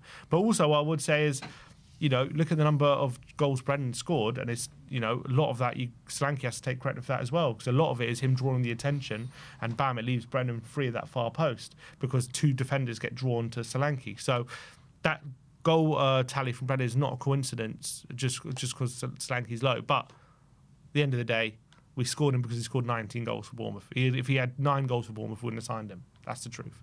So he needs to up that. We need to get more chances. But we're a better team when he's there, and I think that's the truth. Yeah. Yeah, and also, like, when he does get into those positions as well, he can fluff his lines a little bit. So that's another criticism against him. So he definitely needs to improve that. But keep for now, for sure, Dom Solanke. But the thing is, if Solanke has another season that replicates this one next year, I think the question marks will start to come. Next up is Rodrigo Bentancur. I think we're both going to say keep it for Bentancur. Not the greatest season for him. Stop-start with injuries and bans and all that kind of stuff. But look, towards the end of the season, he definitely showed his value to the team. I think we need another player to come in the six that is better than him. But as a squad player, he definitely holds a lot of value within this squad. However, if it is another inconsistent next season, I would say probably sell at the end of next season. Yeah, I think keep. I think he's a very good player. I think we've seen it at times, how good when how good his peak can be. Now he's had a tumultuous 2 years with injuries, bans, stop-start, little injuries. It's just been terrible for him. I think hopefully he's finally getting over it, finally getting some consistency in his game. We're finally starting to see flashes of the best of him. I still think we know he's got a level to go up than we've seen even this season. But I think how he's performed in the Europa League run was really, really good. And I think he deserves a shot of him getting another season, so keep. Next up is Antonin Kinski. I think obviously it's a keep. Came in January. Whenever he's filled in, there has been some bad games in there and definite goals that he should be keeping out.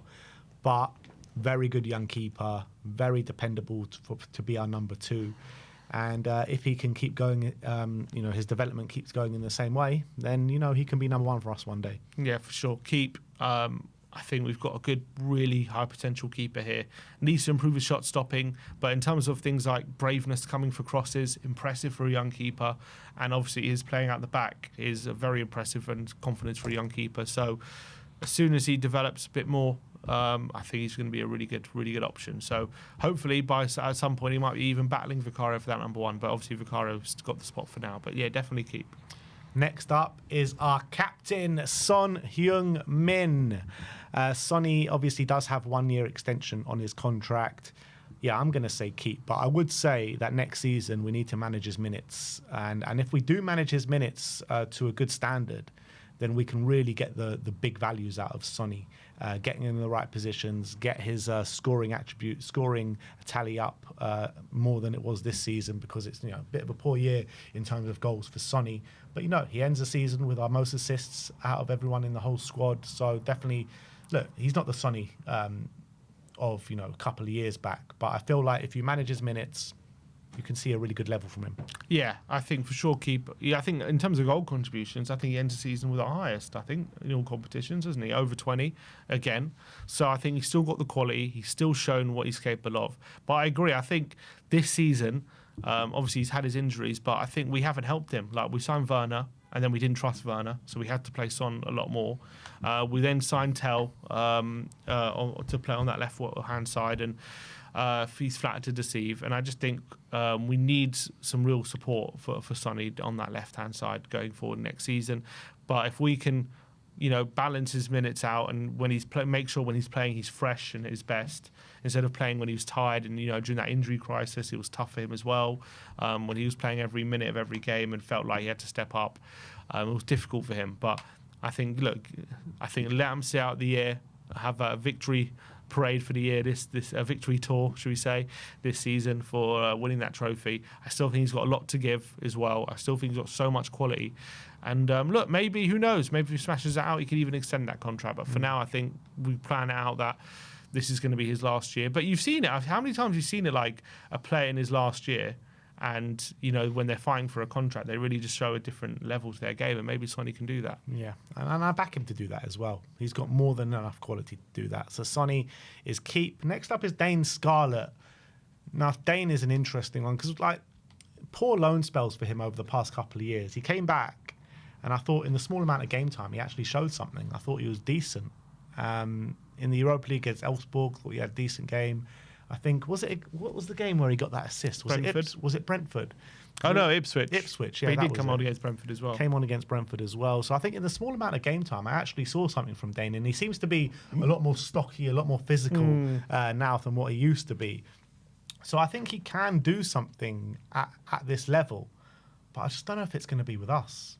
I just don't know what to do with him next season, because he's number 9.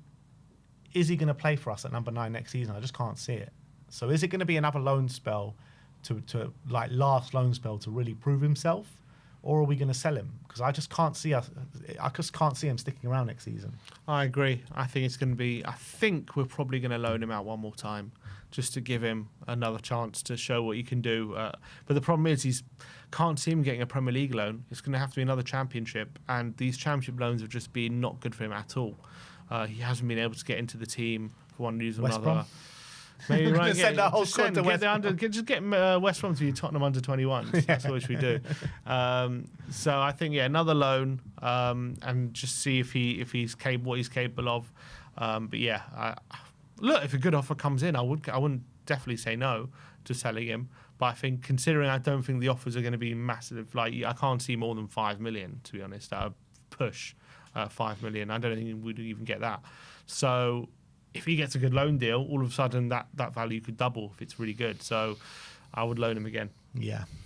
Next up is Dejan Kulusevski. Obviously, heartbreaker with the injury that he's had this season, because he was having one of, if not his best season in a Spurs shirt, definitely in the early stages of the season. So, look, just recover, get refreshed over the summer, and come back and smash it out next season. Decky, definite keep.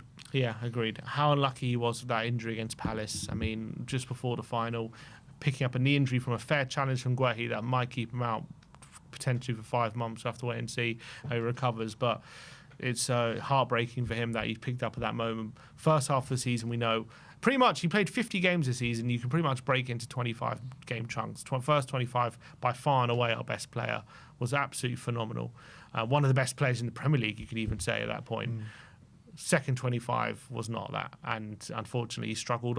Obviously, a lot of it's to do with him being overplayed and tiredness, and then obviously coming back from injury and not really hitting the ground running. But barefaced reality is he wasn't very good for those second 25 games, and he struggled a lot and struggled to get goals and assists. And physically was the biggest thing. From shoving players off the ball, he was getting shoved off the ball all of a sudden. So that has to improve. But we know, again, how good he is, and I think, yeah, you got to keep him. Yeah. Next up is Turbo Timo, and yeah, listen, the most obvious sell or get rid of in the squad.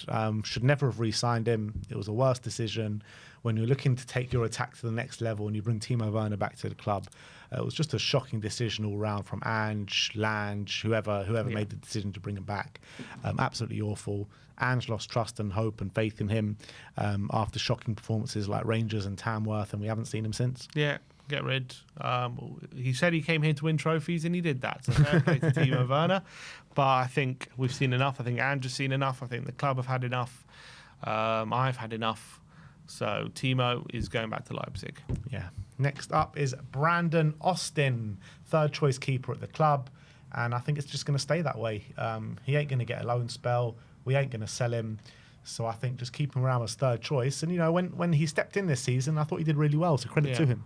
Fair play. If he's happy to stay a third choice, despite having some good games, then I'm happy to keep him there. And we're going to need him for the homegrown quota. It works for all parties at the moment. And, surprised a lot of people with his performances this season. So fair play to him. Next up is Brian Hill.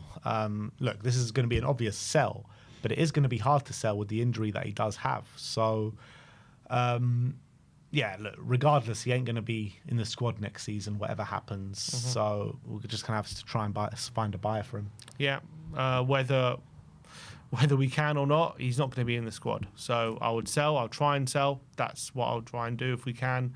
But, as you say, he's got a bad injury, so it's going to be difficult. Next up is Yang Min Hyuk. Went to QPR on loan this season. Decent loan for him. First year in English football. Got some goal contributions behind him. He showed some value, quick, pacey, trickery. He showed that he can definitely compete at that level. So I'd like to see him do a whole season at that level. So I'd say loan. Another loan deal. I don't think he's shown yet on that loan spot he's ready for Premier League football. So I think Yang needs to get up to speed even more with English football. He showed flashes, which is good, but it's just not enough. He just showed flashes in the Championship, so I have to loan him out again. Alejo Veliz up next. With Alejo, I don't know what to say about Alejo because it's just shocking loan after shocking loan. Another one at Espanyol. He was given the number 9 shirt. A lot of trust was put in him, and he just didn't seem to pull up any trees by any stretch of the imagination. He scored a hat-trick in the Copa del Rey, I think it was, against like 4th or 5th division side. But apart from that, he's done nothing. He scored like right at the beginning of the season. He was like crying in his interview after the game. But yeah, it's got to be try find him another club, try and sell him. Yeah, I think so. Unfortunately for Vallejo, I had high hopes for him when he first signed. He's still young, so it's hard. It's not to say this guy's finished or anything. I just don't see a future for him right now, considering how all the loans have been and what we kind of require in the first team. Unless he's happy to go on loan again. But again, when he left, was it Boca when he signed him from? No, when was it? Rosario. When he left there, he was a real up-and-coming striker in that league. I think he scored 12 league goals. And his career's really stagnated. And I just don't think he's going to want that to carry on for too much longer. And I think maybe these loan deals where he's not really settled or whatever's happening, maybe isn't helping him. So I think maybe a permanent move might be the best course of action. Yeah. Next up is Manor Solomon. Unbelievable season this year. 23 goal contributions in the Championship for Manor. Probably the best season of his career. Yeah, I kind of feel like with Manor, the best. I don't know, man. I feel like he could do a job for us next season because I look at the options that we have with Tell and Odebear, and I think he can probably have more an impact of these players next season where we're going to need high impact. However, I still think we need to bring in a tried and tested player that is going to absolutely smash it next season. And is he that player? I'm not sure. I'm willing to give him till pre-season to prove himself to Ange, and if Ange wants to keep him around, I'll be delighted with it. However, I do think we're going to end up selling him. Yeah, I just think it's a good opportunity to get some decent money for a player who I just don't really believe is ever going to be our first choice winger. As much as maybe he could be a good player for us, but is he ever going to be that player that's going to take us on to the next level? I think the jury's out on that. If we have sellers, he's had a great season in the Championship. I think we get a bit of money for him and we reinvest it. But it is a shame because he never really got a fair chance at Tottenham. And I do feel letting him go, I feel a bit bad for him that he came here with such high hopes and he's probably going to leave without really having a fair chance, without any fault of his own really. But I just think it's probably for the squad the right thing to do. I wouldn't be against keeping him though. That's the thing. I wouldn't be against it, but I just feel like what the club are going to do is probably sell him. Next up is Ashley Phillips, which is another interesting one because he's had really decent loan spells, really decent. Another one this year at Stoke. I feel like he needs to move up a level now. I feel like he needs to get a Premier League loan because you're looking at the defensive options that we have with Romero. If he sticks around with Danso, like he's not going to get consistent football here and knock them off their perches, whether it be as backup or as starting at right centre back. So I believe in his talents. I believe in his qualities, and I think he can be a top level centre back in a few years to come. I'm not sure if he's there just yet, so I would like to see him move at a Premier League loan or a top caliber league loan. I wouldn't mind potentially keeping Phillips and Vuskovic around for pre-season and maybe just keeping one of them in the first team squad and loaning the other and seeing if any of them are ready, and whoever's more ready right now you can keep. But if you're saying right now what do I think? I think probably another loan deal in the Premier League.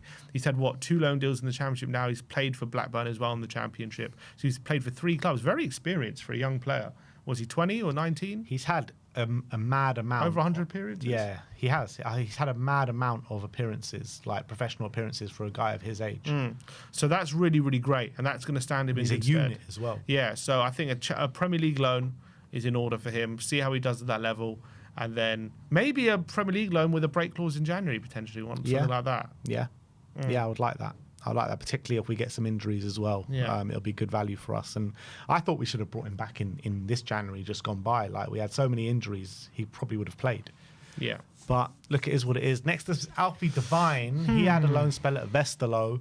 I think it was a bit up and down from Alfie, the loan spell at Westerlo. It was definitely out of the two, him and Vuskovic. Vuskovic was the one that was getting the consistent praise. But, he probably had a good year for his development, playing consistent football. What do we do with him? I think. How old is he now? Must be. I think he's about 21. Yeah, he's not too old, is he? I think he's about 21, Alfie Devine. And I think, when we saw him in pre-season, he was very impressive. 20, still 20. 20. Okay. So very impressive in pre-season, in and amongst, the first team squad. He definitely stood out. So, but I don't know, maybe another loan spell, bring him back to English football. I think higher than the Championship, though. Yeah, Premier League. I think I'd like to see him in the Premier League, maybe for one of the promoted clubs, a Leeds, a Sunderland, someone like that, a Burnley even. But yeah, I just think one more year on loan. I believe in his qualities so much. The only problem for me is I just don't know if any Premier League clubs are going to take him on loan. That's the only thing. Not to say I don't think he's good enough. I just think when they look at him, they think, we got to snap this guy up on loan, or is it going to be like, we're not sure if he's actually going to make the impact or not. I think a Championship club for sure. Has he had a Championship loan yet? He played Plymouth, didn't he? No, he played for Plymouth. He was quite good for Plymouth, wasn't he? Well, he got 0 goals and 2 assists. I think he was, again, hit and miss a bit for Plymouth. I think another Championship loan, get him playing consistently again in England. I think it's probably best. If we can get a Premier League loan, then great. I'm not convinced that he's definitely going to get one though. He got 6 goals this year for Westerlo, which is decent. Yeah, good. In Belgian league, and I know Belgian league's not the top league, but the best teams are pretty good. Club Brugge are decent. The top teams there are pretty good, and it is men's football, so he's shown a good that he can definitely play at a high level. But he's another one as well that I want to look at pre-season as well. So Alfie Devine, loan. Next up, who have we got? Next up, we got George Abbott. So George Abbott has had a fantastic season for Notts County. He got their Young Player of the Year, I believe. He got Goal of the Season of the EFL as well. Such a talent, actually, this George Abbott, and a lot of people sleeping on him. Not many people mentioning him with the likes of Jamie Donnelly and Josh Keeley and all these kind of players coming through the academy. And he was captain of the under-21 side at such a young age as well, when they did go and win what they won. So with George Abbott, I think he just needs to keep progressing up the levels, to be honest. So another loan spell for him, just at a high level. I mean, championship loan, hopefully.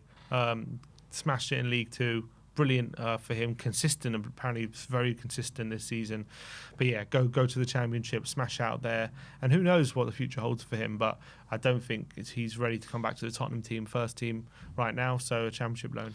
Yeah, they hold him in such high regard within the club as well, George Abbott. Leadership ability as well as talent. So big up to him for having such a strong season. Next up is Jamie Donnelly, another one who's had such a strong season for Leyton Orient, making it all the way to the playoff final. Step one game away from the championship, which has been an unbelievable season for Leyton Orient, who were tipped to potentially be in a relegation battle before the season started. And him and Josh Keeley made such a difference to that team.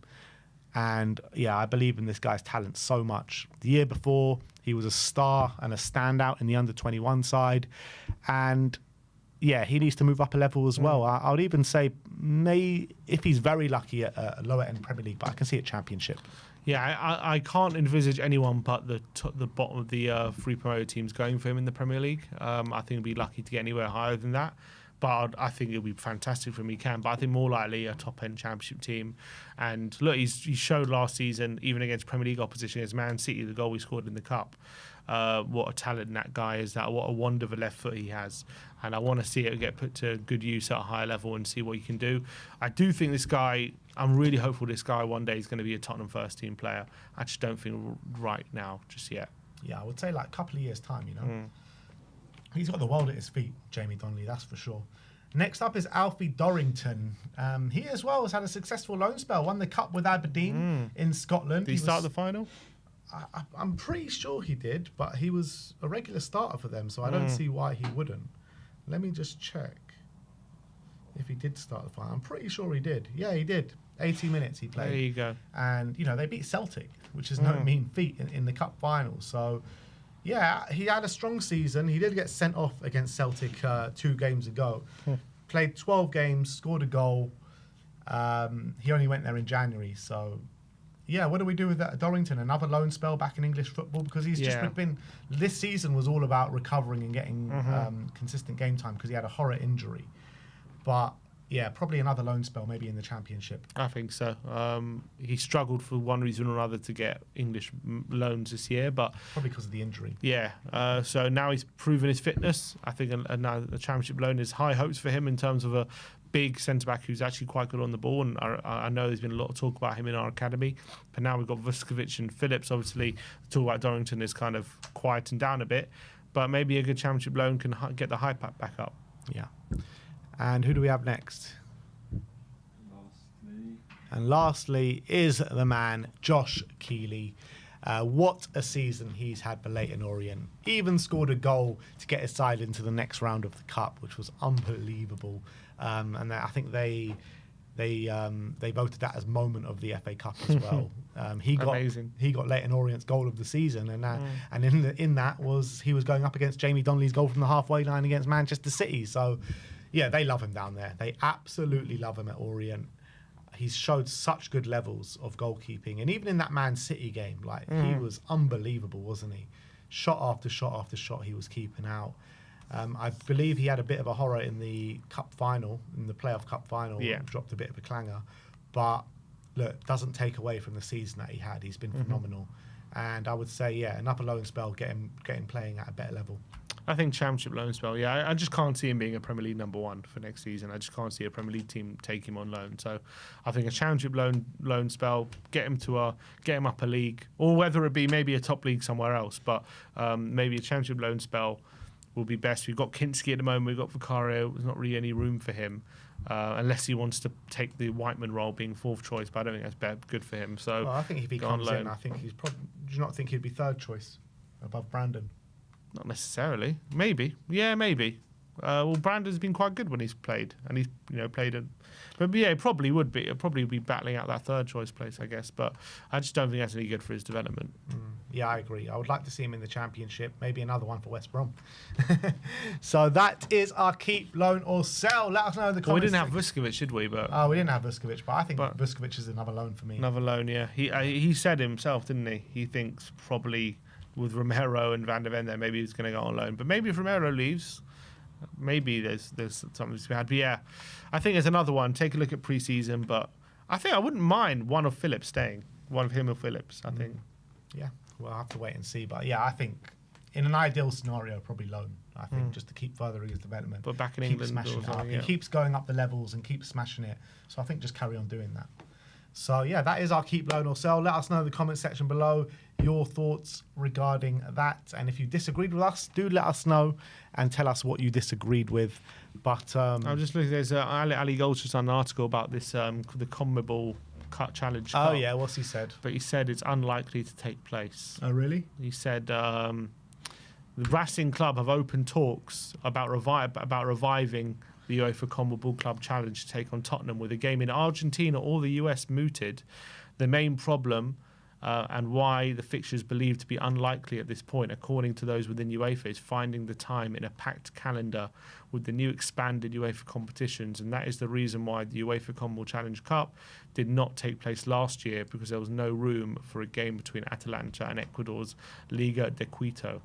So apparently there was no game last year. All eyes on whether Racing Club can get anywhere with their proposal for a game against Tottenham, but the time and schedule does not appear to be on their side. So, but if they do get it approved, a competition that they hold in high regard, yeah, then if pre-season is going to take but it'd be interesting if they do get it approved. Could be trophy. Could be going to Argentina or US. Yeah, wouldn't mind that. Wouldn't mind that at all. Would not mind that. Yeah, unbelievable. But at the moment, in terms of the community leaderboard, who is at the top at the moment? I can't see your full name, but it's Hendra something. Hendra. Who is that? Yeah, why does it allow? Can't expand it. Well, anyway, Hendra something is top of the leaderboard. So big up to you. And next up, we are going to be reacting to your comments, people. Once again, we are Tottenham Army, so strong, beautiful people. Let's see what you've been reacting to, and let's see what you've been commenting. Yes, there's been a lot of Ange in and Ange out debates over the last few days, and we're just reacting to a lot of these comments that you've left over these debates and see what the comments think.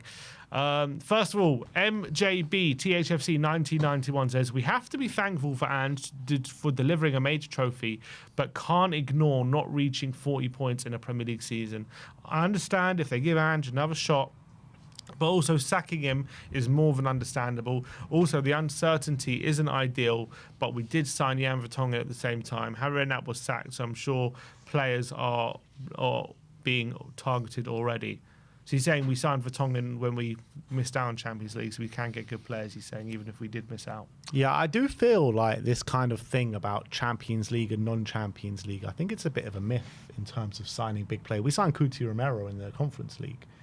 And name me one season where we've finished in the Champions League and it's actually kicked us on to be able to sign like really good players. I don't think there's ever been one. I think it's a myth for Tottenham, but as a rule for clubs, it's not a myth. But look at Manchester United. They've got no European football next season. They're signing Cunha. They're potentially signing Mbuemo. You know what I mean? They're getting really good players where we're sitting here twiddling our thumbs. So I do think it's a bit of a myth. And I think if you can sell a project and you give good, decent wages, you can get the players in. Yes, but I do think it helps when you've got Champions League football. I don't think it's a myth. I think you do see a lot of clubs kick on when they get Champions League football, and it does basically like mean... who, though? Who's kicked on, you really? Villa, Newcastle. Like, you've seen it. Would Newcastle get Tonali and people like that if they didn't get Champions League football?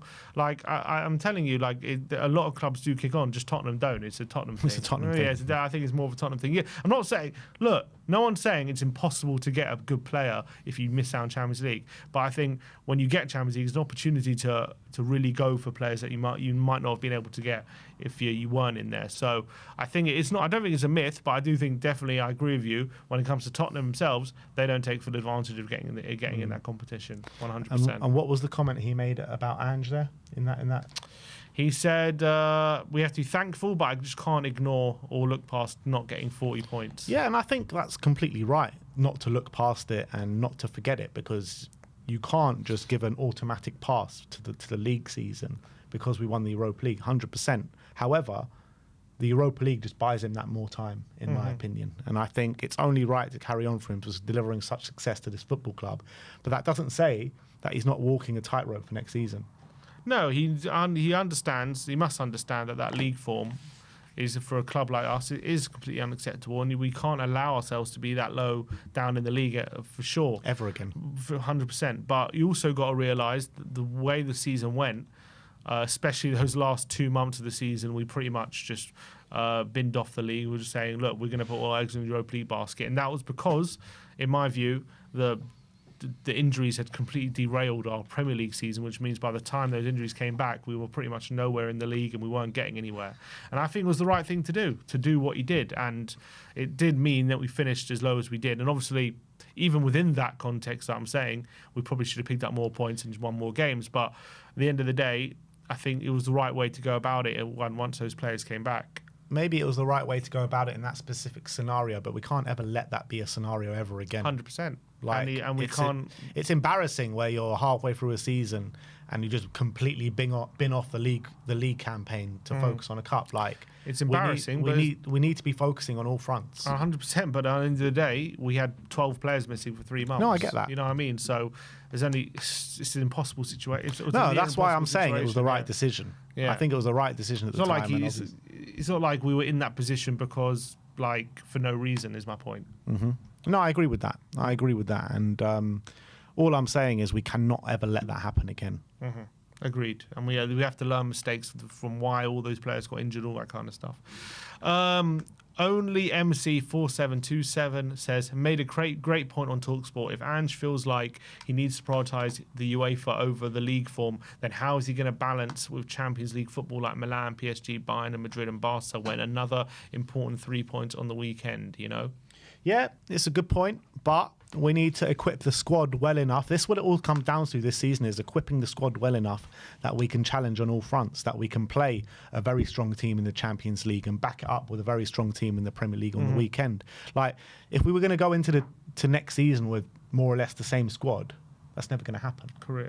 Agreed. So any manager's going to need that. Yeah, exactly. We need big, heavy investment this summer to kick us on, to put us in a squad that's able to compete on all fronts. And I just think the reality is, I think if during that period, that injury crisis, if our second team that we had shown more of an ability to get results, you know, on a more of occasion they did, maybe he wouldn't have done what he did, just completely play a second team in the Premier League. Maybe he would have done maybe a bit of a mishmash or whatever.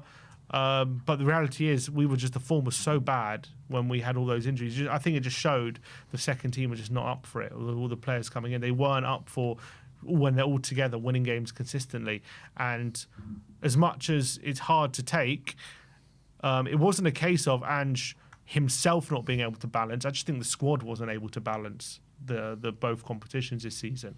And obviously he's part of that failure, don't get me wrong, but I don't think it's like himself, he can't juggle two competitions. I just think the situation, we couldn't as a club juggle two competitions. And given that senorio, is like, okay, given the fact that we clearly can't, let's just go all in on that Europa League, because he said, we know if we do that, we're going to win that competition. We have a very good chance of winning that competition. Yeah, but I would say to that as well, when he was trying to balance it at the beginning stage of the season before the injuries came, the results still weren't consistently good enough. It was fine though. It wasn't good. It wasn't good enough on the basis that we had quite a few defeats. But in terms of we were near the top of the Europa League and we were not doing that bad in the league. We were like sixth. So in terms of position, it's not like we were falling away or anything. We were in a fine position. We were balancing both. Maybe we could add a few more wins in the Premier League. We had a few bad results. Don't get me wrong. We lost to Ipswich and stuff like that. But like the balance, we were doing a fine job balancing it. Yeah, but we want to Although there was a few games after Thursday we were losing. We lost a lot of after Thursday, and I didn't get it really because we were playing such a different team on the Thursday night to the Sunday, and then we would lose on the Sunday. So, look, even in that aspect, he needs to be able to manage the situation better, to get better performances after a Thursday to Sunday. So in that aspect, I don't think he was managing it that well. Obviously, it was nowhere near as bad as it ended up being after the injuries. Don't get me wrong, but there is a case to say that he needs to manage it better. The Ice Phoenix says, but Ben Sim, you can't ask for signings when you both said league results don't matter. It's over 3 million per position, so those results did matter. Ange must go. He's not the man to build with. We can't have a season like this again because next season we won't have the Europa to fall back on. I don't think anyone has ever said the league doesn't matter. I think people towards the end of the campaign said the league doesn't matter because we're in a quarter-final, semi-final and final. Because it didn't matter at that point. Yeah, at that point it didn't matter. I don't think anyone's ever sat here at the beginning of a season and said, look, the league form don't matter this year, we're in the Europa League. Like, that's never been a situation. The only time it didn't matter is towards the end of the season when there's literally nothing to play for. We can't finish above 13th or 14th. And we've got big games coming in the Europa League. So obviously the Europa League have to take precedent at that point in time. So, look, everyone kind of says, like, in our comment section to us, like saying, oh, you accept Bailey, you accept 22 defeats or whatever it was, you accept 17th in the league. No one accepts that. No one accepts it. It's completely unacceptable what happened in the league this season. All we're saying is that we won the Europa League, that buys him more time, and he deserves to take that time for delivering such success to this football club. And how often have we criticised this club or managers for resting players in cup games and going out to easy teams and playing their full strength team in the league just so they can maintain standards or whatever, go for a top ball, which is fine. Obviously, I'm not. It's not a criticism. Not even resting players, but playing full strength team and the players not taking it seriously enough. That as well. That's also happened. So all of a sudden, Ange has taken the opposite approach and gone full strength in this competition, and all of a sudden everyone becomes accountants and 3 million a position. Like all of a sudden that matters more than winning the Europa League, does it now? We're getting 3 million a position. That you care about the money that you get from league positions more than winning that trophy. I've never ever heard about this thing about 3 million a position and counting that kind of money. Like we've literally just got Champions League revenue, 30 million for winning the Europa League. Like money ain't the issue right now. Super Cup, we're getting a bit of money as well. Like we got some concerts. Don't worry, Beyonce's going to be raking it in. Don't you worry. Can she play up front? Can she? Exactly. So, like all of this stuff about, he missed out on all this money. The league position did matter. I'm sorry. Like, I don't know why you would care more about that than winning the Europa League. As if when Ange is factoring that in, he's like, okay, so I could go all in on Europa League, or I can go for these 3 million league play, 3 million per league place, and now focus on that. It's like, obviously, we all want him to do the Europa League. But all of you have been dying for a trophy for how many years? Everyone's been saying, oh, we don't care about top 4. We don't care about top 5. We want a trophy at this football club. We've got a trophy, guys. It's time to be happy. It's time to enjoy the moment. We're literally sitting here basking in the glory of a European title, and you want to moan about 3 million a position. I mentioned it in the comments. I saw one guy in the live chat go, Sim, just get over it. Like, what? It's been 17 years, and it's just been a week since that trophy went. I'm not allowed to be happy for more than a week. I ain't getting over it all summer. Come on, get over it. What do you mean? We're still talking about 84. Get over it. For God's sake, I wasn't even born then. Get over it after a week. Every week goes Spurs. Oh, but that Gaza free kick against Arsenal. Exactly. People still do the commentary of that 91 free kick. You want me to get over it? No, just over a week. Come on. Madness. Get over it. That is the most ridiculous statement I've ever heard. It's ridiculous. DFIH5WL says, a part of me agrees that Spurs finally won a cup regardless of how we won it. However, I can't shake off how the team performed in the Premier League this season. 38 points is low enough to be relegated in many years. Spurs is lucky to win the final because we didn't play well, but the opponent is Man United, a team with super low confidence in front of goal and a manager who is lost and in doubt. I'm still Ange out and Levy out. So what, is he just trying to diminish our success? I hate That's one thing I really hate, that these Spurs fans are trying to diminish the success that we've had and this achievement.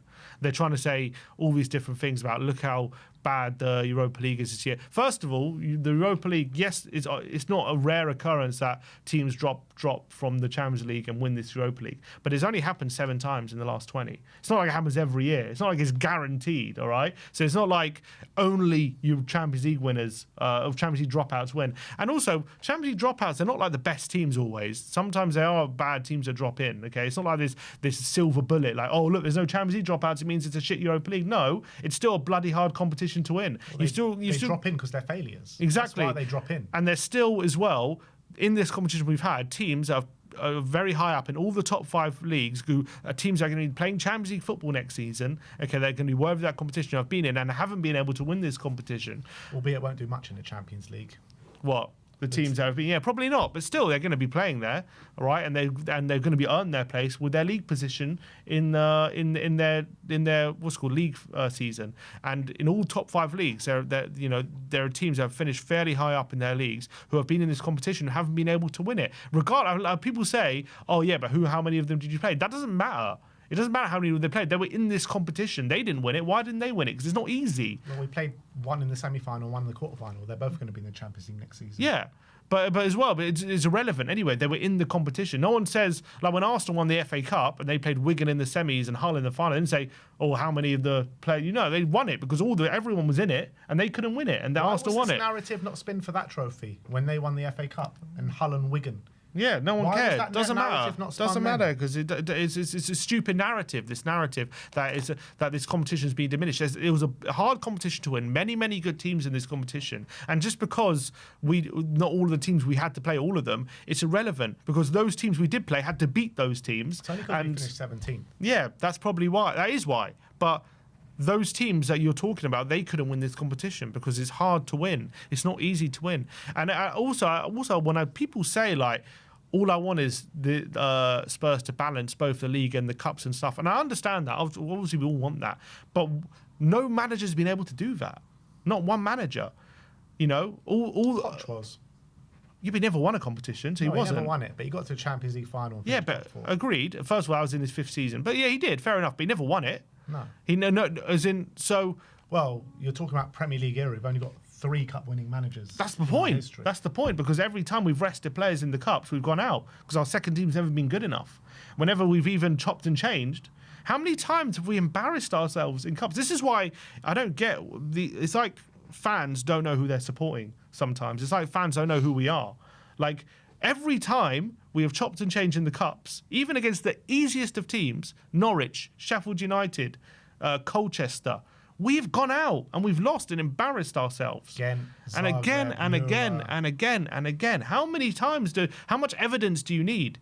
So, to say him putting his first team in Europa League, is like, you didn't want him to do that because we should be doing both. We've never been able to do both. Yeah, but it's just because people just don't want to be happy. I feel like people just don't want to be happy. You're looking at, if it was the other way around, right? And let's say we went out to Frankfurt or we went out to Bodo and we made changes for these games and we were still keeping our first choice team in the Premier League. Everyone's like, what are you doing? Yeah. Why are you not playing your first team in the Europa League when there's a trophy on the line? They'll call him an idiot. Exactly. Yeah, they'll say, what the hell are you doing? Yeah, exactly. 100%. Everyone will be a meltdown. And you're just like, what is going on with this fan base? Like, why can't we just sit here and just be happy for once? We've actually achieved something for once in our bloody lives. And it's not even the rival fans diminishing. It's Tottenham fans who want the manager out who are diminishing the achievement that he has achieved. I just don't get it. I think it's absolutely mind-boggling. Literally, in the last week, I've been the happiest I've ever been as a Spurs fan, literally. Like, my eyes have seen the glory of the Cups of White Hart Lane. Like, I can actually sing that and not feel like a fraud for once in my life. Exactly, we actually have.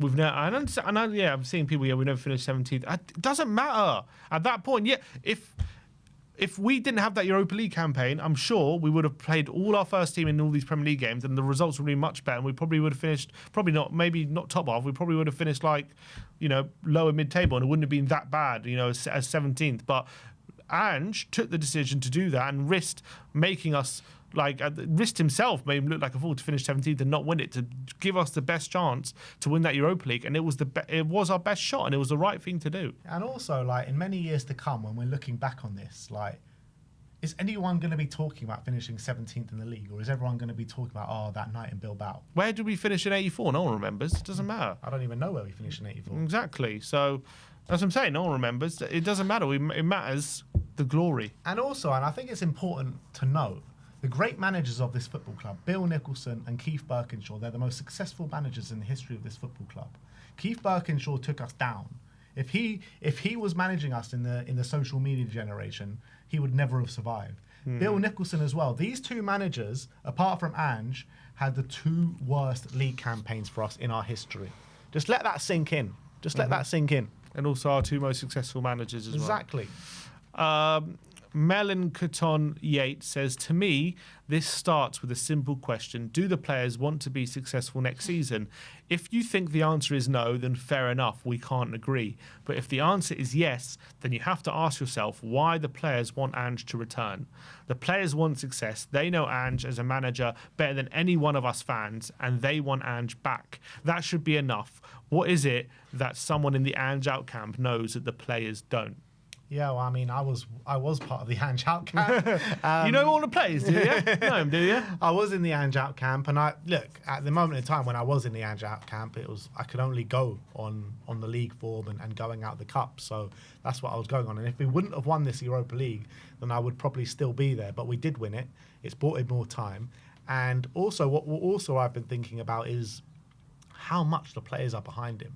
Everyone is coming out and saying they 100% want Ange to be here next season. Multiple players. Cuti Romero, the journalist, is saying his decision of being here for next season is aligned with Ange Postecoglou. So that in itself should be enough to tell you that Ange should be here next season.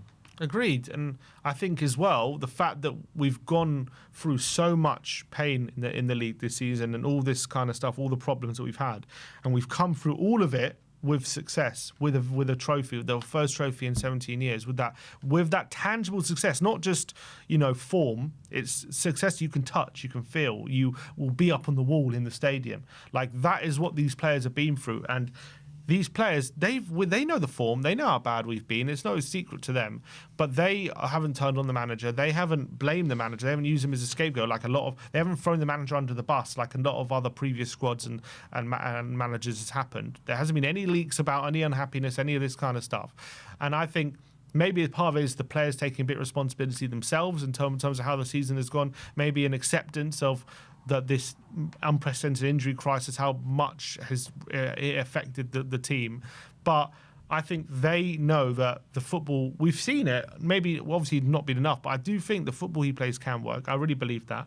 I think we've seen it in fits and spurts. We haven't seen it consistently, but I think when it's on it, it's on it. I think he's shown adaptations in the Europa League as well. And I think the players can seal that. They fully believe in him. When he said, now, because he said, what he said, I always win things in my second season, he actually did it. It's going to make the players believe every word he says now. It's going to give them so much belief in him. And you can just see how much they love him in the celebrations and everything. So for me, I think the players are a good barometer of what's happening in there, and they want him to stay. Yeah. For me, it's the latter thing, what you said there, the adaptations that he's shown.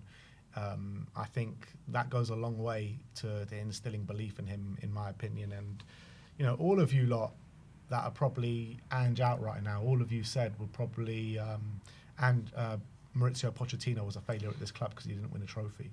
Well, Ange has done that in his second year. Exactly. John Gangnapane says, my feeling is that they were intending on sacking him regardless, but the overwhelming outpouring of goodwill the trophy has brought caught them off guard, and now they are rethinking it. Yeah, I said this the other day, didn't I? And I feel like this is 100% true. I feel like I feel like Levy was ready to wield that axe straight away after the season had finished, and now he sees the togetherness within this squad. He sees the outpouring from the parade and in the stadium on the final day of the season and stuff, all in support of Ange Postecoglou, and it is making him rethink. I agree with you, but I just don't understand why it's such a surprise to him. I don't understand that. I just don't understand I feel like he saw probably noise around the club being like, even if we win it, we don't want him to stay 17th of league form this season. Everyone's so apathetic towards his club and towards his team all season, and then we win the trophy in it, and it's all changed. I mean, look, it's a surprise to me. Like, even I was saying it myself. Like, even if we win this tournament, I won't want him to stay. But like, after experiencing it all and seeing the adaptations, now I want him to stay. So I think he was probably thinking of the same line. Fair enough. I just don't think it's. I don't think they should see it as that much a surprise that there's going to be a big clamour for him to stay. How many people have you seen and spoken to has said that even if we win this trophy, I want him to go? Yeah. And how many of those people now are saying Ange in? It's true. A lot of them have flipped. There has been a massive pendulum swing overnight. Really, that's what I'm saying. So that thought process is probably within the boardroom as well. Yeah. But I'm saying if I could predict it, I don't see why they can't. Well, you were the only one. That's the whole point. You were the only one. Fair enough. Young Meldrew says, Ben contradicting himself. 1 minute he says Anne should stay, and a few moments later he refers to the fact that he could have been sacked on a number of occasions due to his poor man management and the issues. Unless there's a wholesale improvement in the quality of the squad, next season we'll see the same struggles. It's clear that even his first 11, when fit, isn't good enough to execute his style of play. Too many unforced errors, bad decision-making, no cutting edge up front. So there is any evidence to suggest Ange can coach improvement in the players. I don't see it. I don't see Levy spending what's needed to substantially improve the squad either. Why is that a contradiction? Why is it a contradiction? Ange should stay, but it's a fact that a number of times throughout the season he could have been sacked because of the league form. That's not a contradiction. It's not a contradiction, no. I guess he sees it as for some reason. Yeah, that's not a contradiction at all. Like, I want him to stay because of what I witnessed, and I've witnessed the glory, and I feel like with the togetherness within the camp, with all the a lot of the section of the fan base now on board with it, I think he's bought himself time to stay. Not to say that next season, if we get off to a rocky start and in October, November we're sitting in the bottom half of the table, that he won't deserve to go again. But right here, right now, he deserves to stay. But what is clear that even when first 11 is fit, it's not good enough to execute your style. But I think it is, and I think it has shown to be, by and large, in my opinion, when the first 11 is fit, more often than not, we're quite good. I think, in my opinion. But what he says about wholesale improvements, that's we need that. True. We definitely need improvements. We need better players. But like in that Europa League one, we were good. Also, everyone says in that Europa League one, it was like the whole thing was just, it was not Ange ball and he was just defended. It's not true. If you look at all the home games, we were very attacking, like in quite good in those games. I think that when they say that, they're talking about the away games. I know, but that's okay. So in the away games, we played a different style, which is fine. But I'm just saying that's not the case for all of the games. Forget Ange ball. Like, it doesn't matter if he's playing Ange ball or he ditches philosophy or whatever. We were calling for adaptations throughout the whole season, and when he finally uses it and finally used it to a success, you can't beat that with a stick. Beat him with a stick. Beat that with a stick. You know what I mean? Mm-hmm, I know. And beat him with a stick with that. It's almost like they're saying, if he doesn't win now with Ange ball, then nothing else matters. You know what I mean? Yeah. Like after calling yourselves for him to adapt and saying all good managers adapt, and then he adapts. Oh, but he didn't win it with Ange ball, so what? You're admitting your way of playing was useless. It's like you can't win with these people. If you learn from your mistakes and you correct them and you show success with it, then surely that gives you hope that we can move into the next season. We can do something. That's for me. It does. Andrew 5343 says, I was Ange out, but he did what he said he was going to do. Give him one more season to prove us wrong. Big up, Andrew 5343. An Ange out convertee. Been a lot of these people.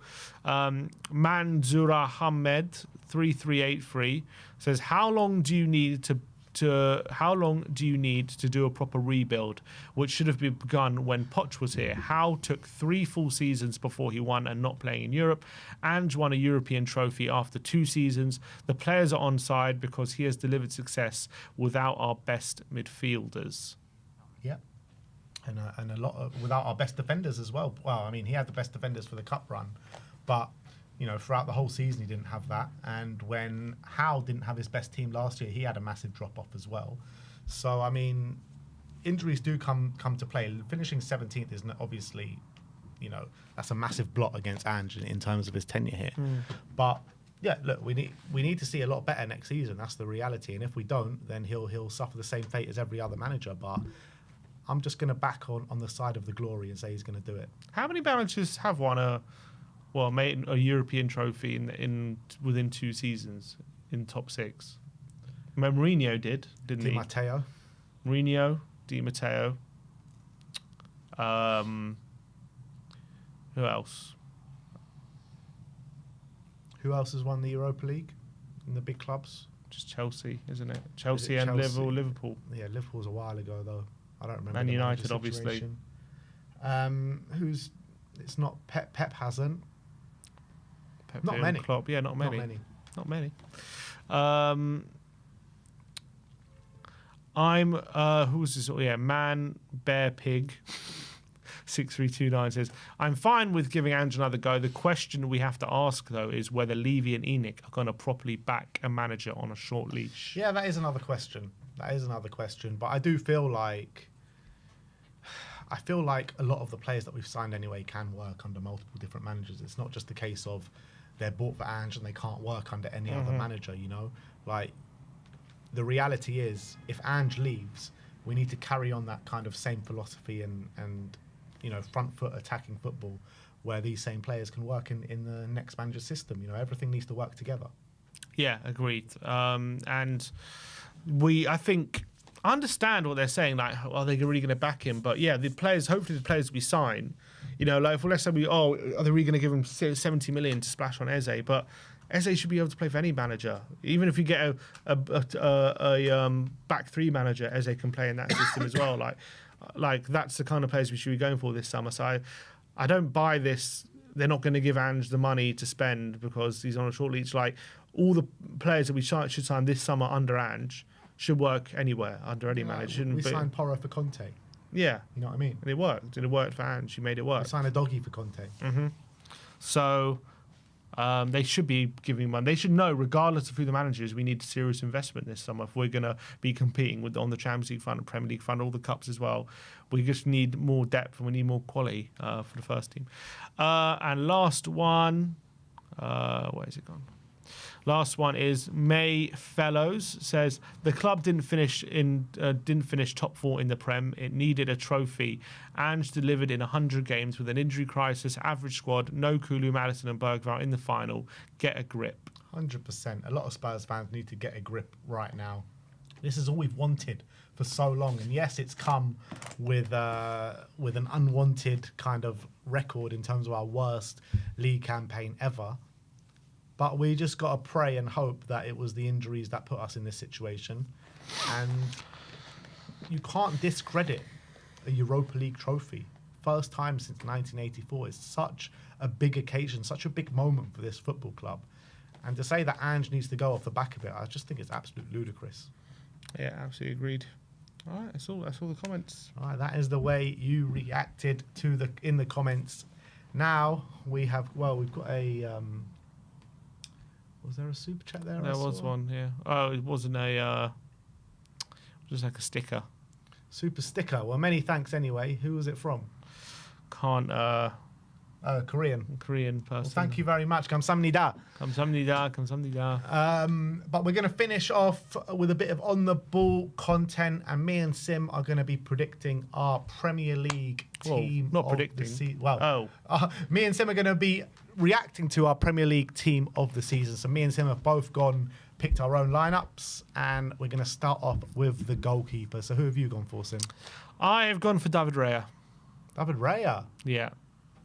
David Raya. I think, I know Arsenal player, but I think some of the saves, especially he was making at the beginning of the season, phenomenal.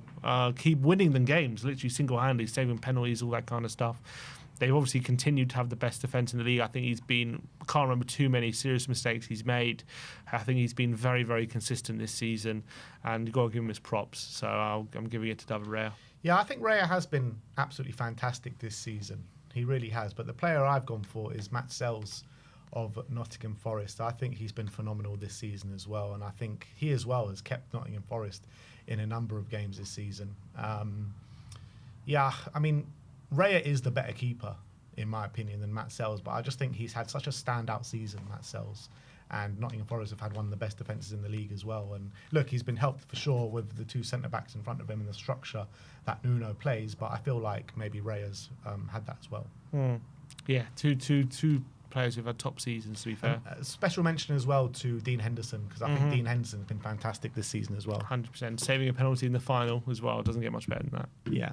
So I've gone for Sells. Sim's gone for Raya.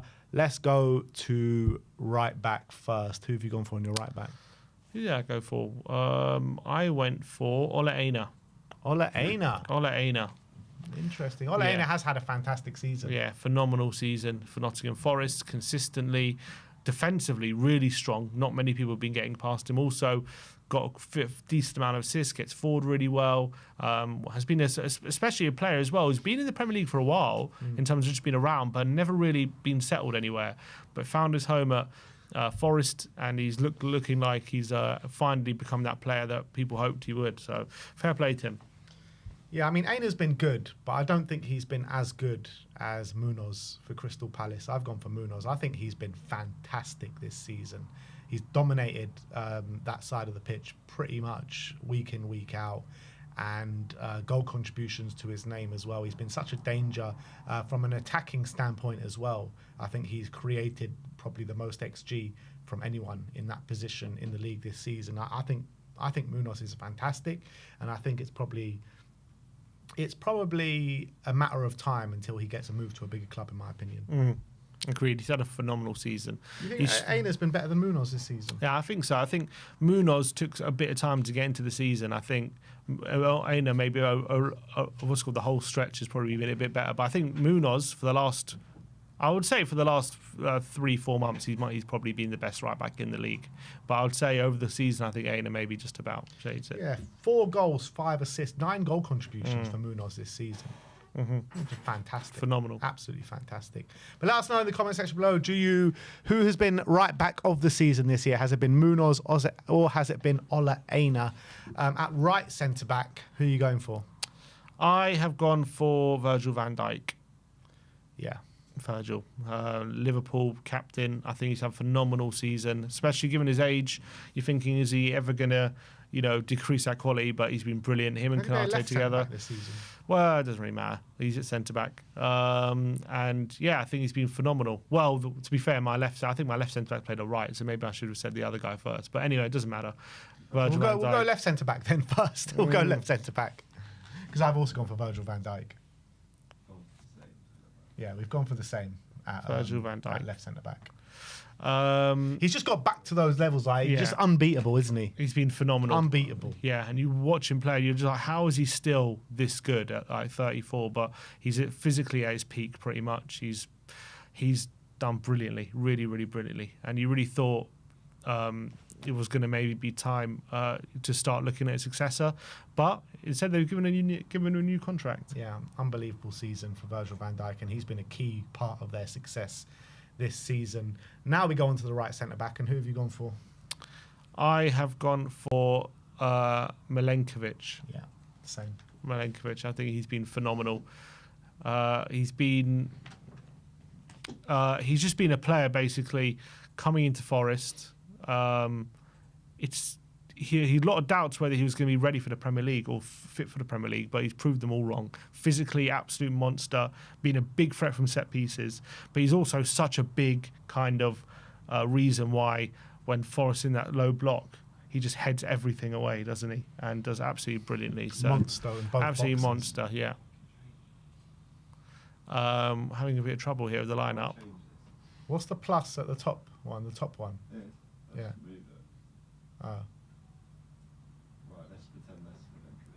All right, that's Milenkovic, guys. All right, so we've both gone for Milenkovic at right centre back. Milenkovic, I mean, he's just a monster, an absolute monster. And a lot of teams have hesitated going for him, haven't they, over the past couple of years? And his stock has really risen this season. Yeah. Such a great centre back. In terms of left back, who have you gone for? Milos Kerkez. Milos Kerkez. He was my backup option. I've gone for him. I think he's had a phenomenal season at Bournemouth. I think he's about to get a move to Liverpool, showing how good he's been. the energy he has on that left hand side, the way he gets up and down without seemingly losing any sort of energy or physicality, and he's got absolute quality and decision making on that left foot. He puts on a plate for players. He has unbelievable delivery. He's a tough defender to face as well. But most importantly, it's his energy and strength. He's like a little pit bull down the left-hand side, and he can do it all day long. I remember there was a goal he scored against Newcastle, like 95th minute, takes it from like his own half, and like bloody runs the whole way and buries it with an unbelievable finish. I think this is a guy who's set to be one of the best left-backs in the Premier League for years to come if he goes to Liverpool. So brilliant. Yeah, I went for Anthony Robertson of Fulham. 10 assists this season is monstrous from him. In terms of maybe impact over the course of the whole season, I probably agree with you. I think he was so good in the first half of the season, or first 3 quarters of the season, and then did tail off a bit towards the end. But I think he's had such a top season, Anthony Robertson at Fulham, and he's another one. Him and Kirkes are probably going to be both ones that top clubs are going to be looking at, but both really good players and both top seasons.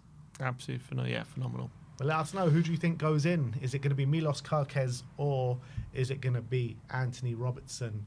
Time to move. So in terms of the defence, Sim has gone for Aina, Milenkovic, Van Dijk and Kirkes, and I have gone for Munoz, Milenkovic, Van Dijk and Kirkes. And I probably think Robertson. Robertson. And I think where we probably land on in terms of what the best defence has been this season, I reckon the 2 centre-backs with Munoz and Kirkes at fullbacks. Yeah, I'm happy with that. And Raya in goal. Yeah, I don't know about that. In terms of midfield, we're going to look at double pivot. Who's your first midfielder you're putting forward? Ryan Gravenberch. Yeah. I think he's just been a phenomenon this season. The way he's stepped in when a lot of people were thinking he didn't really have a natural fit in this Liverpool team. And as well, not only that, they also thought Liverpool desperately needed a 6 that they were going to push on. They've just put him there. I think on the ball he's been phenomenal. His press resistance is fantastic. His physicality fantastic, and he's also brought this kind of defensive side to his game, defensive awareness where he covers ground. His ability on the ball as well, passing. Not like got the most expansive passing range, but just progresses the ball up. He's like a Dembele light. He reminds me of, with a bit more defensive nous, and I think he's been phenomenal this season, Gravenberch. So I put him in there. Yeah, I've also gone for Ryan Gravenberch. I've been so impressed with him this season. Everyone was saying in the summer that Liverpool needed a number 6, and he stepped in and saying, "No, you don't. I'm going to do the job for you, and I'm going to do it immaculately." He was up there for Young Player of the Year and Player of the Year. I don't think he's going to. He might win Young Player of the Year, but I don't think he's going to win Player of the Year just because how good Mohamed Salah's been. But when you're looking at what he was like last season under Jurgen Klopp and this season under Arne Slot, he's like just a transformed player, isn't he? Yeah, absolutely. Who's the next midfielder? I have gone for Alexis McAllister. Ooh. Alexis McAllister. I just think he's gone on from strength to strength for Liverpool. He's such a reliable player every week. And he just has so much quality, I think. He's got unbelievable quality, and he's got unbelievable, but he's like the perfect 8. I really think that. He's unbelievable defensively. He covers so much ground, makes so many tackles, does pick up the odd yellow here and there for sure, but he's an opponent you don't want to face. But he's also got 11 goal contributions this season. He also is quality in front of goal. He sets up chances for his teammates. I think he's got 5 goals and 6 assists in a title winning Liverpool, I should say. And I think he's been there, probably been their best midfielder, in my opinion, probably just over Gravenberch. So I couldn't leave him out. I went for Alexis. Just before I give you mine, Sammy, if you go to the Van Dijk and press the pencil one and scroll down, because there's underneath the done, there's a remove. There you go. All right. Let's go. There you go. So Sim's gone for Gravenberch, McAllister. I have gone for Gravenberch and Moises Caicedo. I thought you weren't putting Moises in. You changed it. I You went bottled it. in and out and in and out, and then I went back in. Who was the original? McAllister. It was McAllister. It was McAllister, but I just feel like this guy has just been like a bit of a Kante regen in this season. I think he's been brilliant. It's unbelievable how Chelsea just pop off these midfielders year after year, generation after generation, from John Obi Mikel to Michael Essien to N'Golo Kante and now Moises Caicedo. I think he's been an unbelievable player this season. And I think in terms of a number 6, he's just been just behind Gravenberch for me. So I had to put them both in. And if you've got them both in the central midfield, no one's getting past that. Yeah, well, true. But yeah, fair to Caicedo. I had a difficult first season at Chelsea, but has really kicked on and shown why they spent 100 million. He's been fantastic. 10? In the 10, I have put Cunha in the 10. I put Cunha in there. Surprise, surprise. Phenomenal player. I think for Wolves, for a large part of the season, it was literally one-man team for a large part. It literally him was their whole attack. And the way the goals he scored, I can't remember so many golazos in a season by a player. He's up there with maybe not quite Bale, but not far off in terms of the amount of quality goals he's scoring in one season. Literally doing things all by himself, whether it be banging a goal in the top corner, taking a couple of people on and burying it, and leading the line. And also, obviously, but he's more of obviously a false nine when he plays there. I think he's just been a phenomenal season for Wolves. Add into that, the way he wriggles out of trouble, his press resistance, the way he dribbles. The guy has been one of the best attackers in the league this season by some distance, and I'm just so impressed with him. I think he's always been one of those players before he joined Wolves where, yes, he's got a lot of talent, but he never really married it with consistent output. But now he has, and he's become one hell of a player. Yeah, it's such a shock. I went for Cunha as well in the 10, by the way. But he's such a shock that he wasn't in the running for Player of the Year. I think it's an abomination. I think he's been one of the best players in the Premier League this season. Completely outperformed his XG by a monstrous amount. Such a good player, man. Ball carrying ability, one of the best in the Premier League. You just can't get the ball off him as well when he's on it. It's just unbelievable. What a player Matthias Cunha is. And I'm so angry that Manchester United got him because, like, with Spurs getting Champions League football next season, we're the ones that should have stumped the money down. They're paying 3 installments of 20 million over the next 3 years. Why the hell did Spurs not do that? We should be. Madness. Apparently he wanted United. I don't know. Yeah, crazy. Right wing, Player of the Year, Mo Salah. Surely you went for him. Yep, Mo Salah. No surprises there. I think record goal contributions in a Premier League season. Fair play to him, especially at 32. No signs of slowing down at the moment, albeit maybe for the last month or so there were a few signs, but hopefully for him it won't carry on to next season. What a season that guy's had. It's a weird one because a lot of games, he won't be too involved.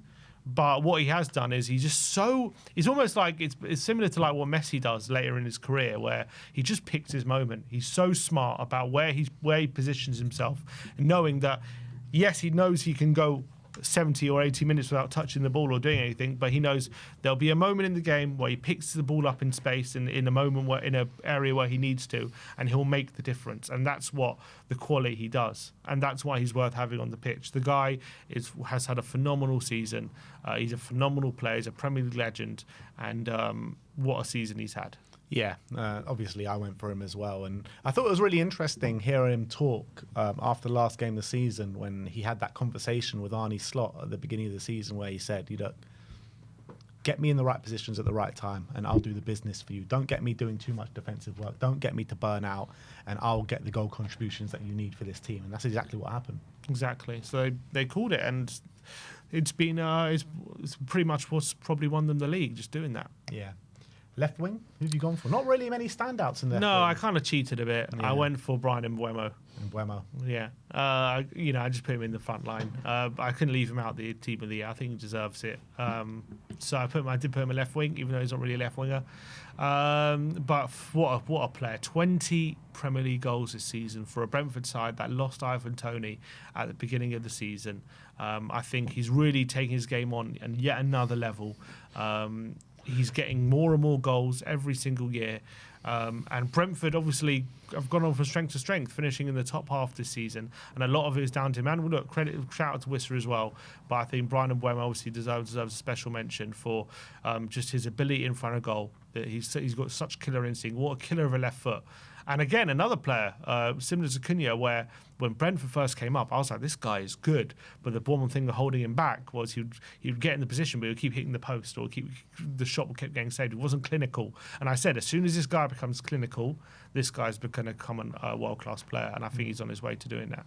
Yeah, I mean, I was trying to think of a way to bring in Brian Mbeumo, but I kind of just tried to cheat a bit less than you. So on the left, I tried to find someone that had played left wing this season, and he hasn't played there many times, albeit I think it's about 5 or 6 appearances at left wing this season. But I went for Morgan Rogers at left wing. I think he's had a fantastic, phenomenal season. So many goal contributions. I think it's 11 assists and 5 or 6 goals this season. He's such a hard player to play against. He finds that little pockets of space, and he can burn you as well. Villa have found such a talent here in Morgan Rogers. Yeah, absolutely. What a season he's had. Literally from the start of the season and the second half as well, he really upped his output and really started to get regular goal contributions. And I think he's an absolute star, I think. So finally, is the striker, and surely we've gone for the same player. I went for Isak. Yeah. No one else to go for. Really. Well, Wood really is the only other one. But Isak's the only one that came close, not even close, but he came second to Mo Salah, and he's had such an impact all season for Newcastle. I mean, if Newcastle didn't have Isak this season, they wouldn't be finishing in the Champions League places. What a striker. I think he's proven again he's absolutely a world-class striker. I think there's no doubt about it. His touch, technique, finish is the best, I think. Definitely, he scores goals that Haaland just wouldn't be able to do. You know what I mean? Some of the goals he scored. Yeah. Yes, Haaland gets lots of goals and physical absolute specimen. But Isak, I think, is just a better footballer. I think he's a better footballer than Haaland. I think he's better with his touch. He's got a better finishing range. His ability is just incredible. And look, Newcastle got a job keeping him. He says it looks like he's going to stay. But what a absolute phenomenal striker. And this is his best season yet. Yeah, absolutely. And, other special mentions to Johan Wissa, 19 goals this season. Yeah. He's been fantastic. Chris Wood, as you mentioned. Erling Haaland, I mean, no one ever talks about him this season. Yeah. But he's still scored a monstrous amount of goals. But that just shows how good he is, if that's considered, what is he got, 19 goals this season? Something Did he not hit 20? Maybe 20, I don't know. But he got in that ballpark figure. Like, it's unbelievable if you're scoring that many goals and that's considered a bad season. No, that's the level he's at. So, yeah. Plenty of good strikers in the league this season, but Isak's definitely been the best one. So, yeah, a bit of a recap. I went for Sells, Munoz, Milenkovic, Van Dijk, Robinson, Caicedo, Gravenberch, Cunha, Salah, Rogers, and Isak. And, yeah, how many differences were there then? So there was the fullbacks, McAllister, Caicedo, and Mbeumo, Rogers. Yeah. That was the only difference. So 5? Yeah, half a team. Half the team. Yeah. And the goalkeeper, yeah. And the goalkeeper. Nice. And let me know in the comments what you guys think. What's your team of the season? Who have we missed? What shockers have we had? Let us know. Yeah, and whose team of the season do you think is more accurate as well? Let us know in the comment section below. But that is it from us today. We'll be back for tomorrow for another day of Spurs content. But thank you, everyone, for joining us today. Like, subscribe, and comment. And as always, come on, you Spurs.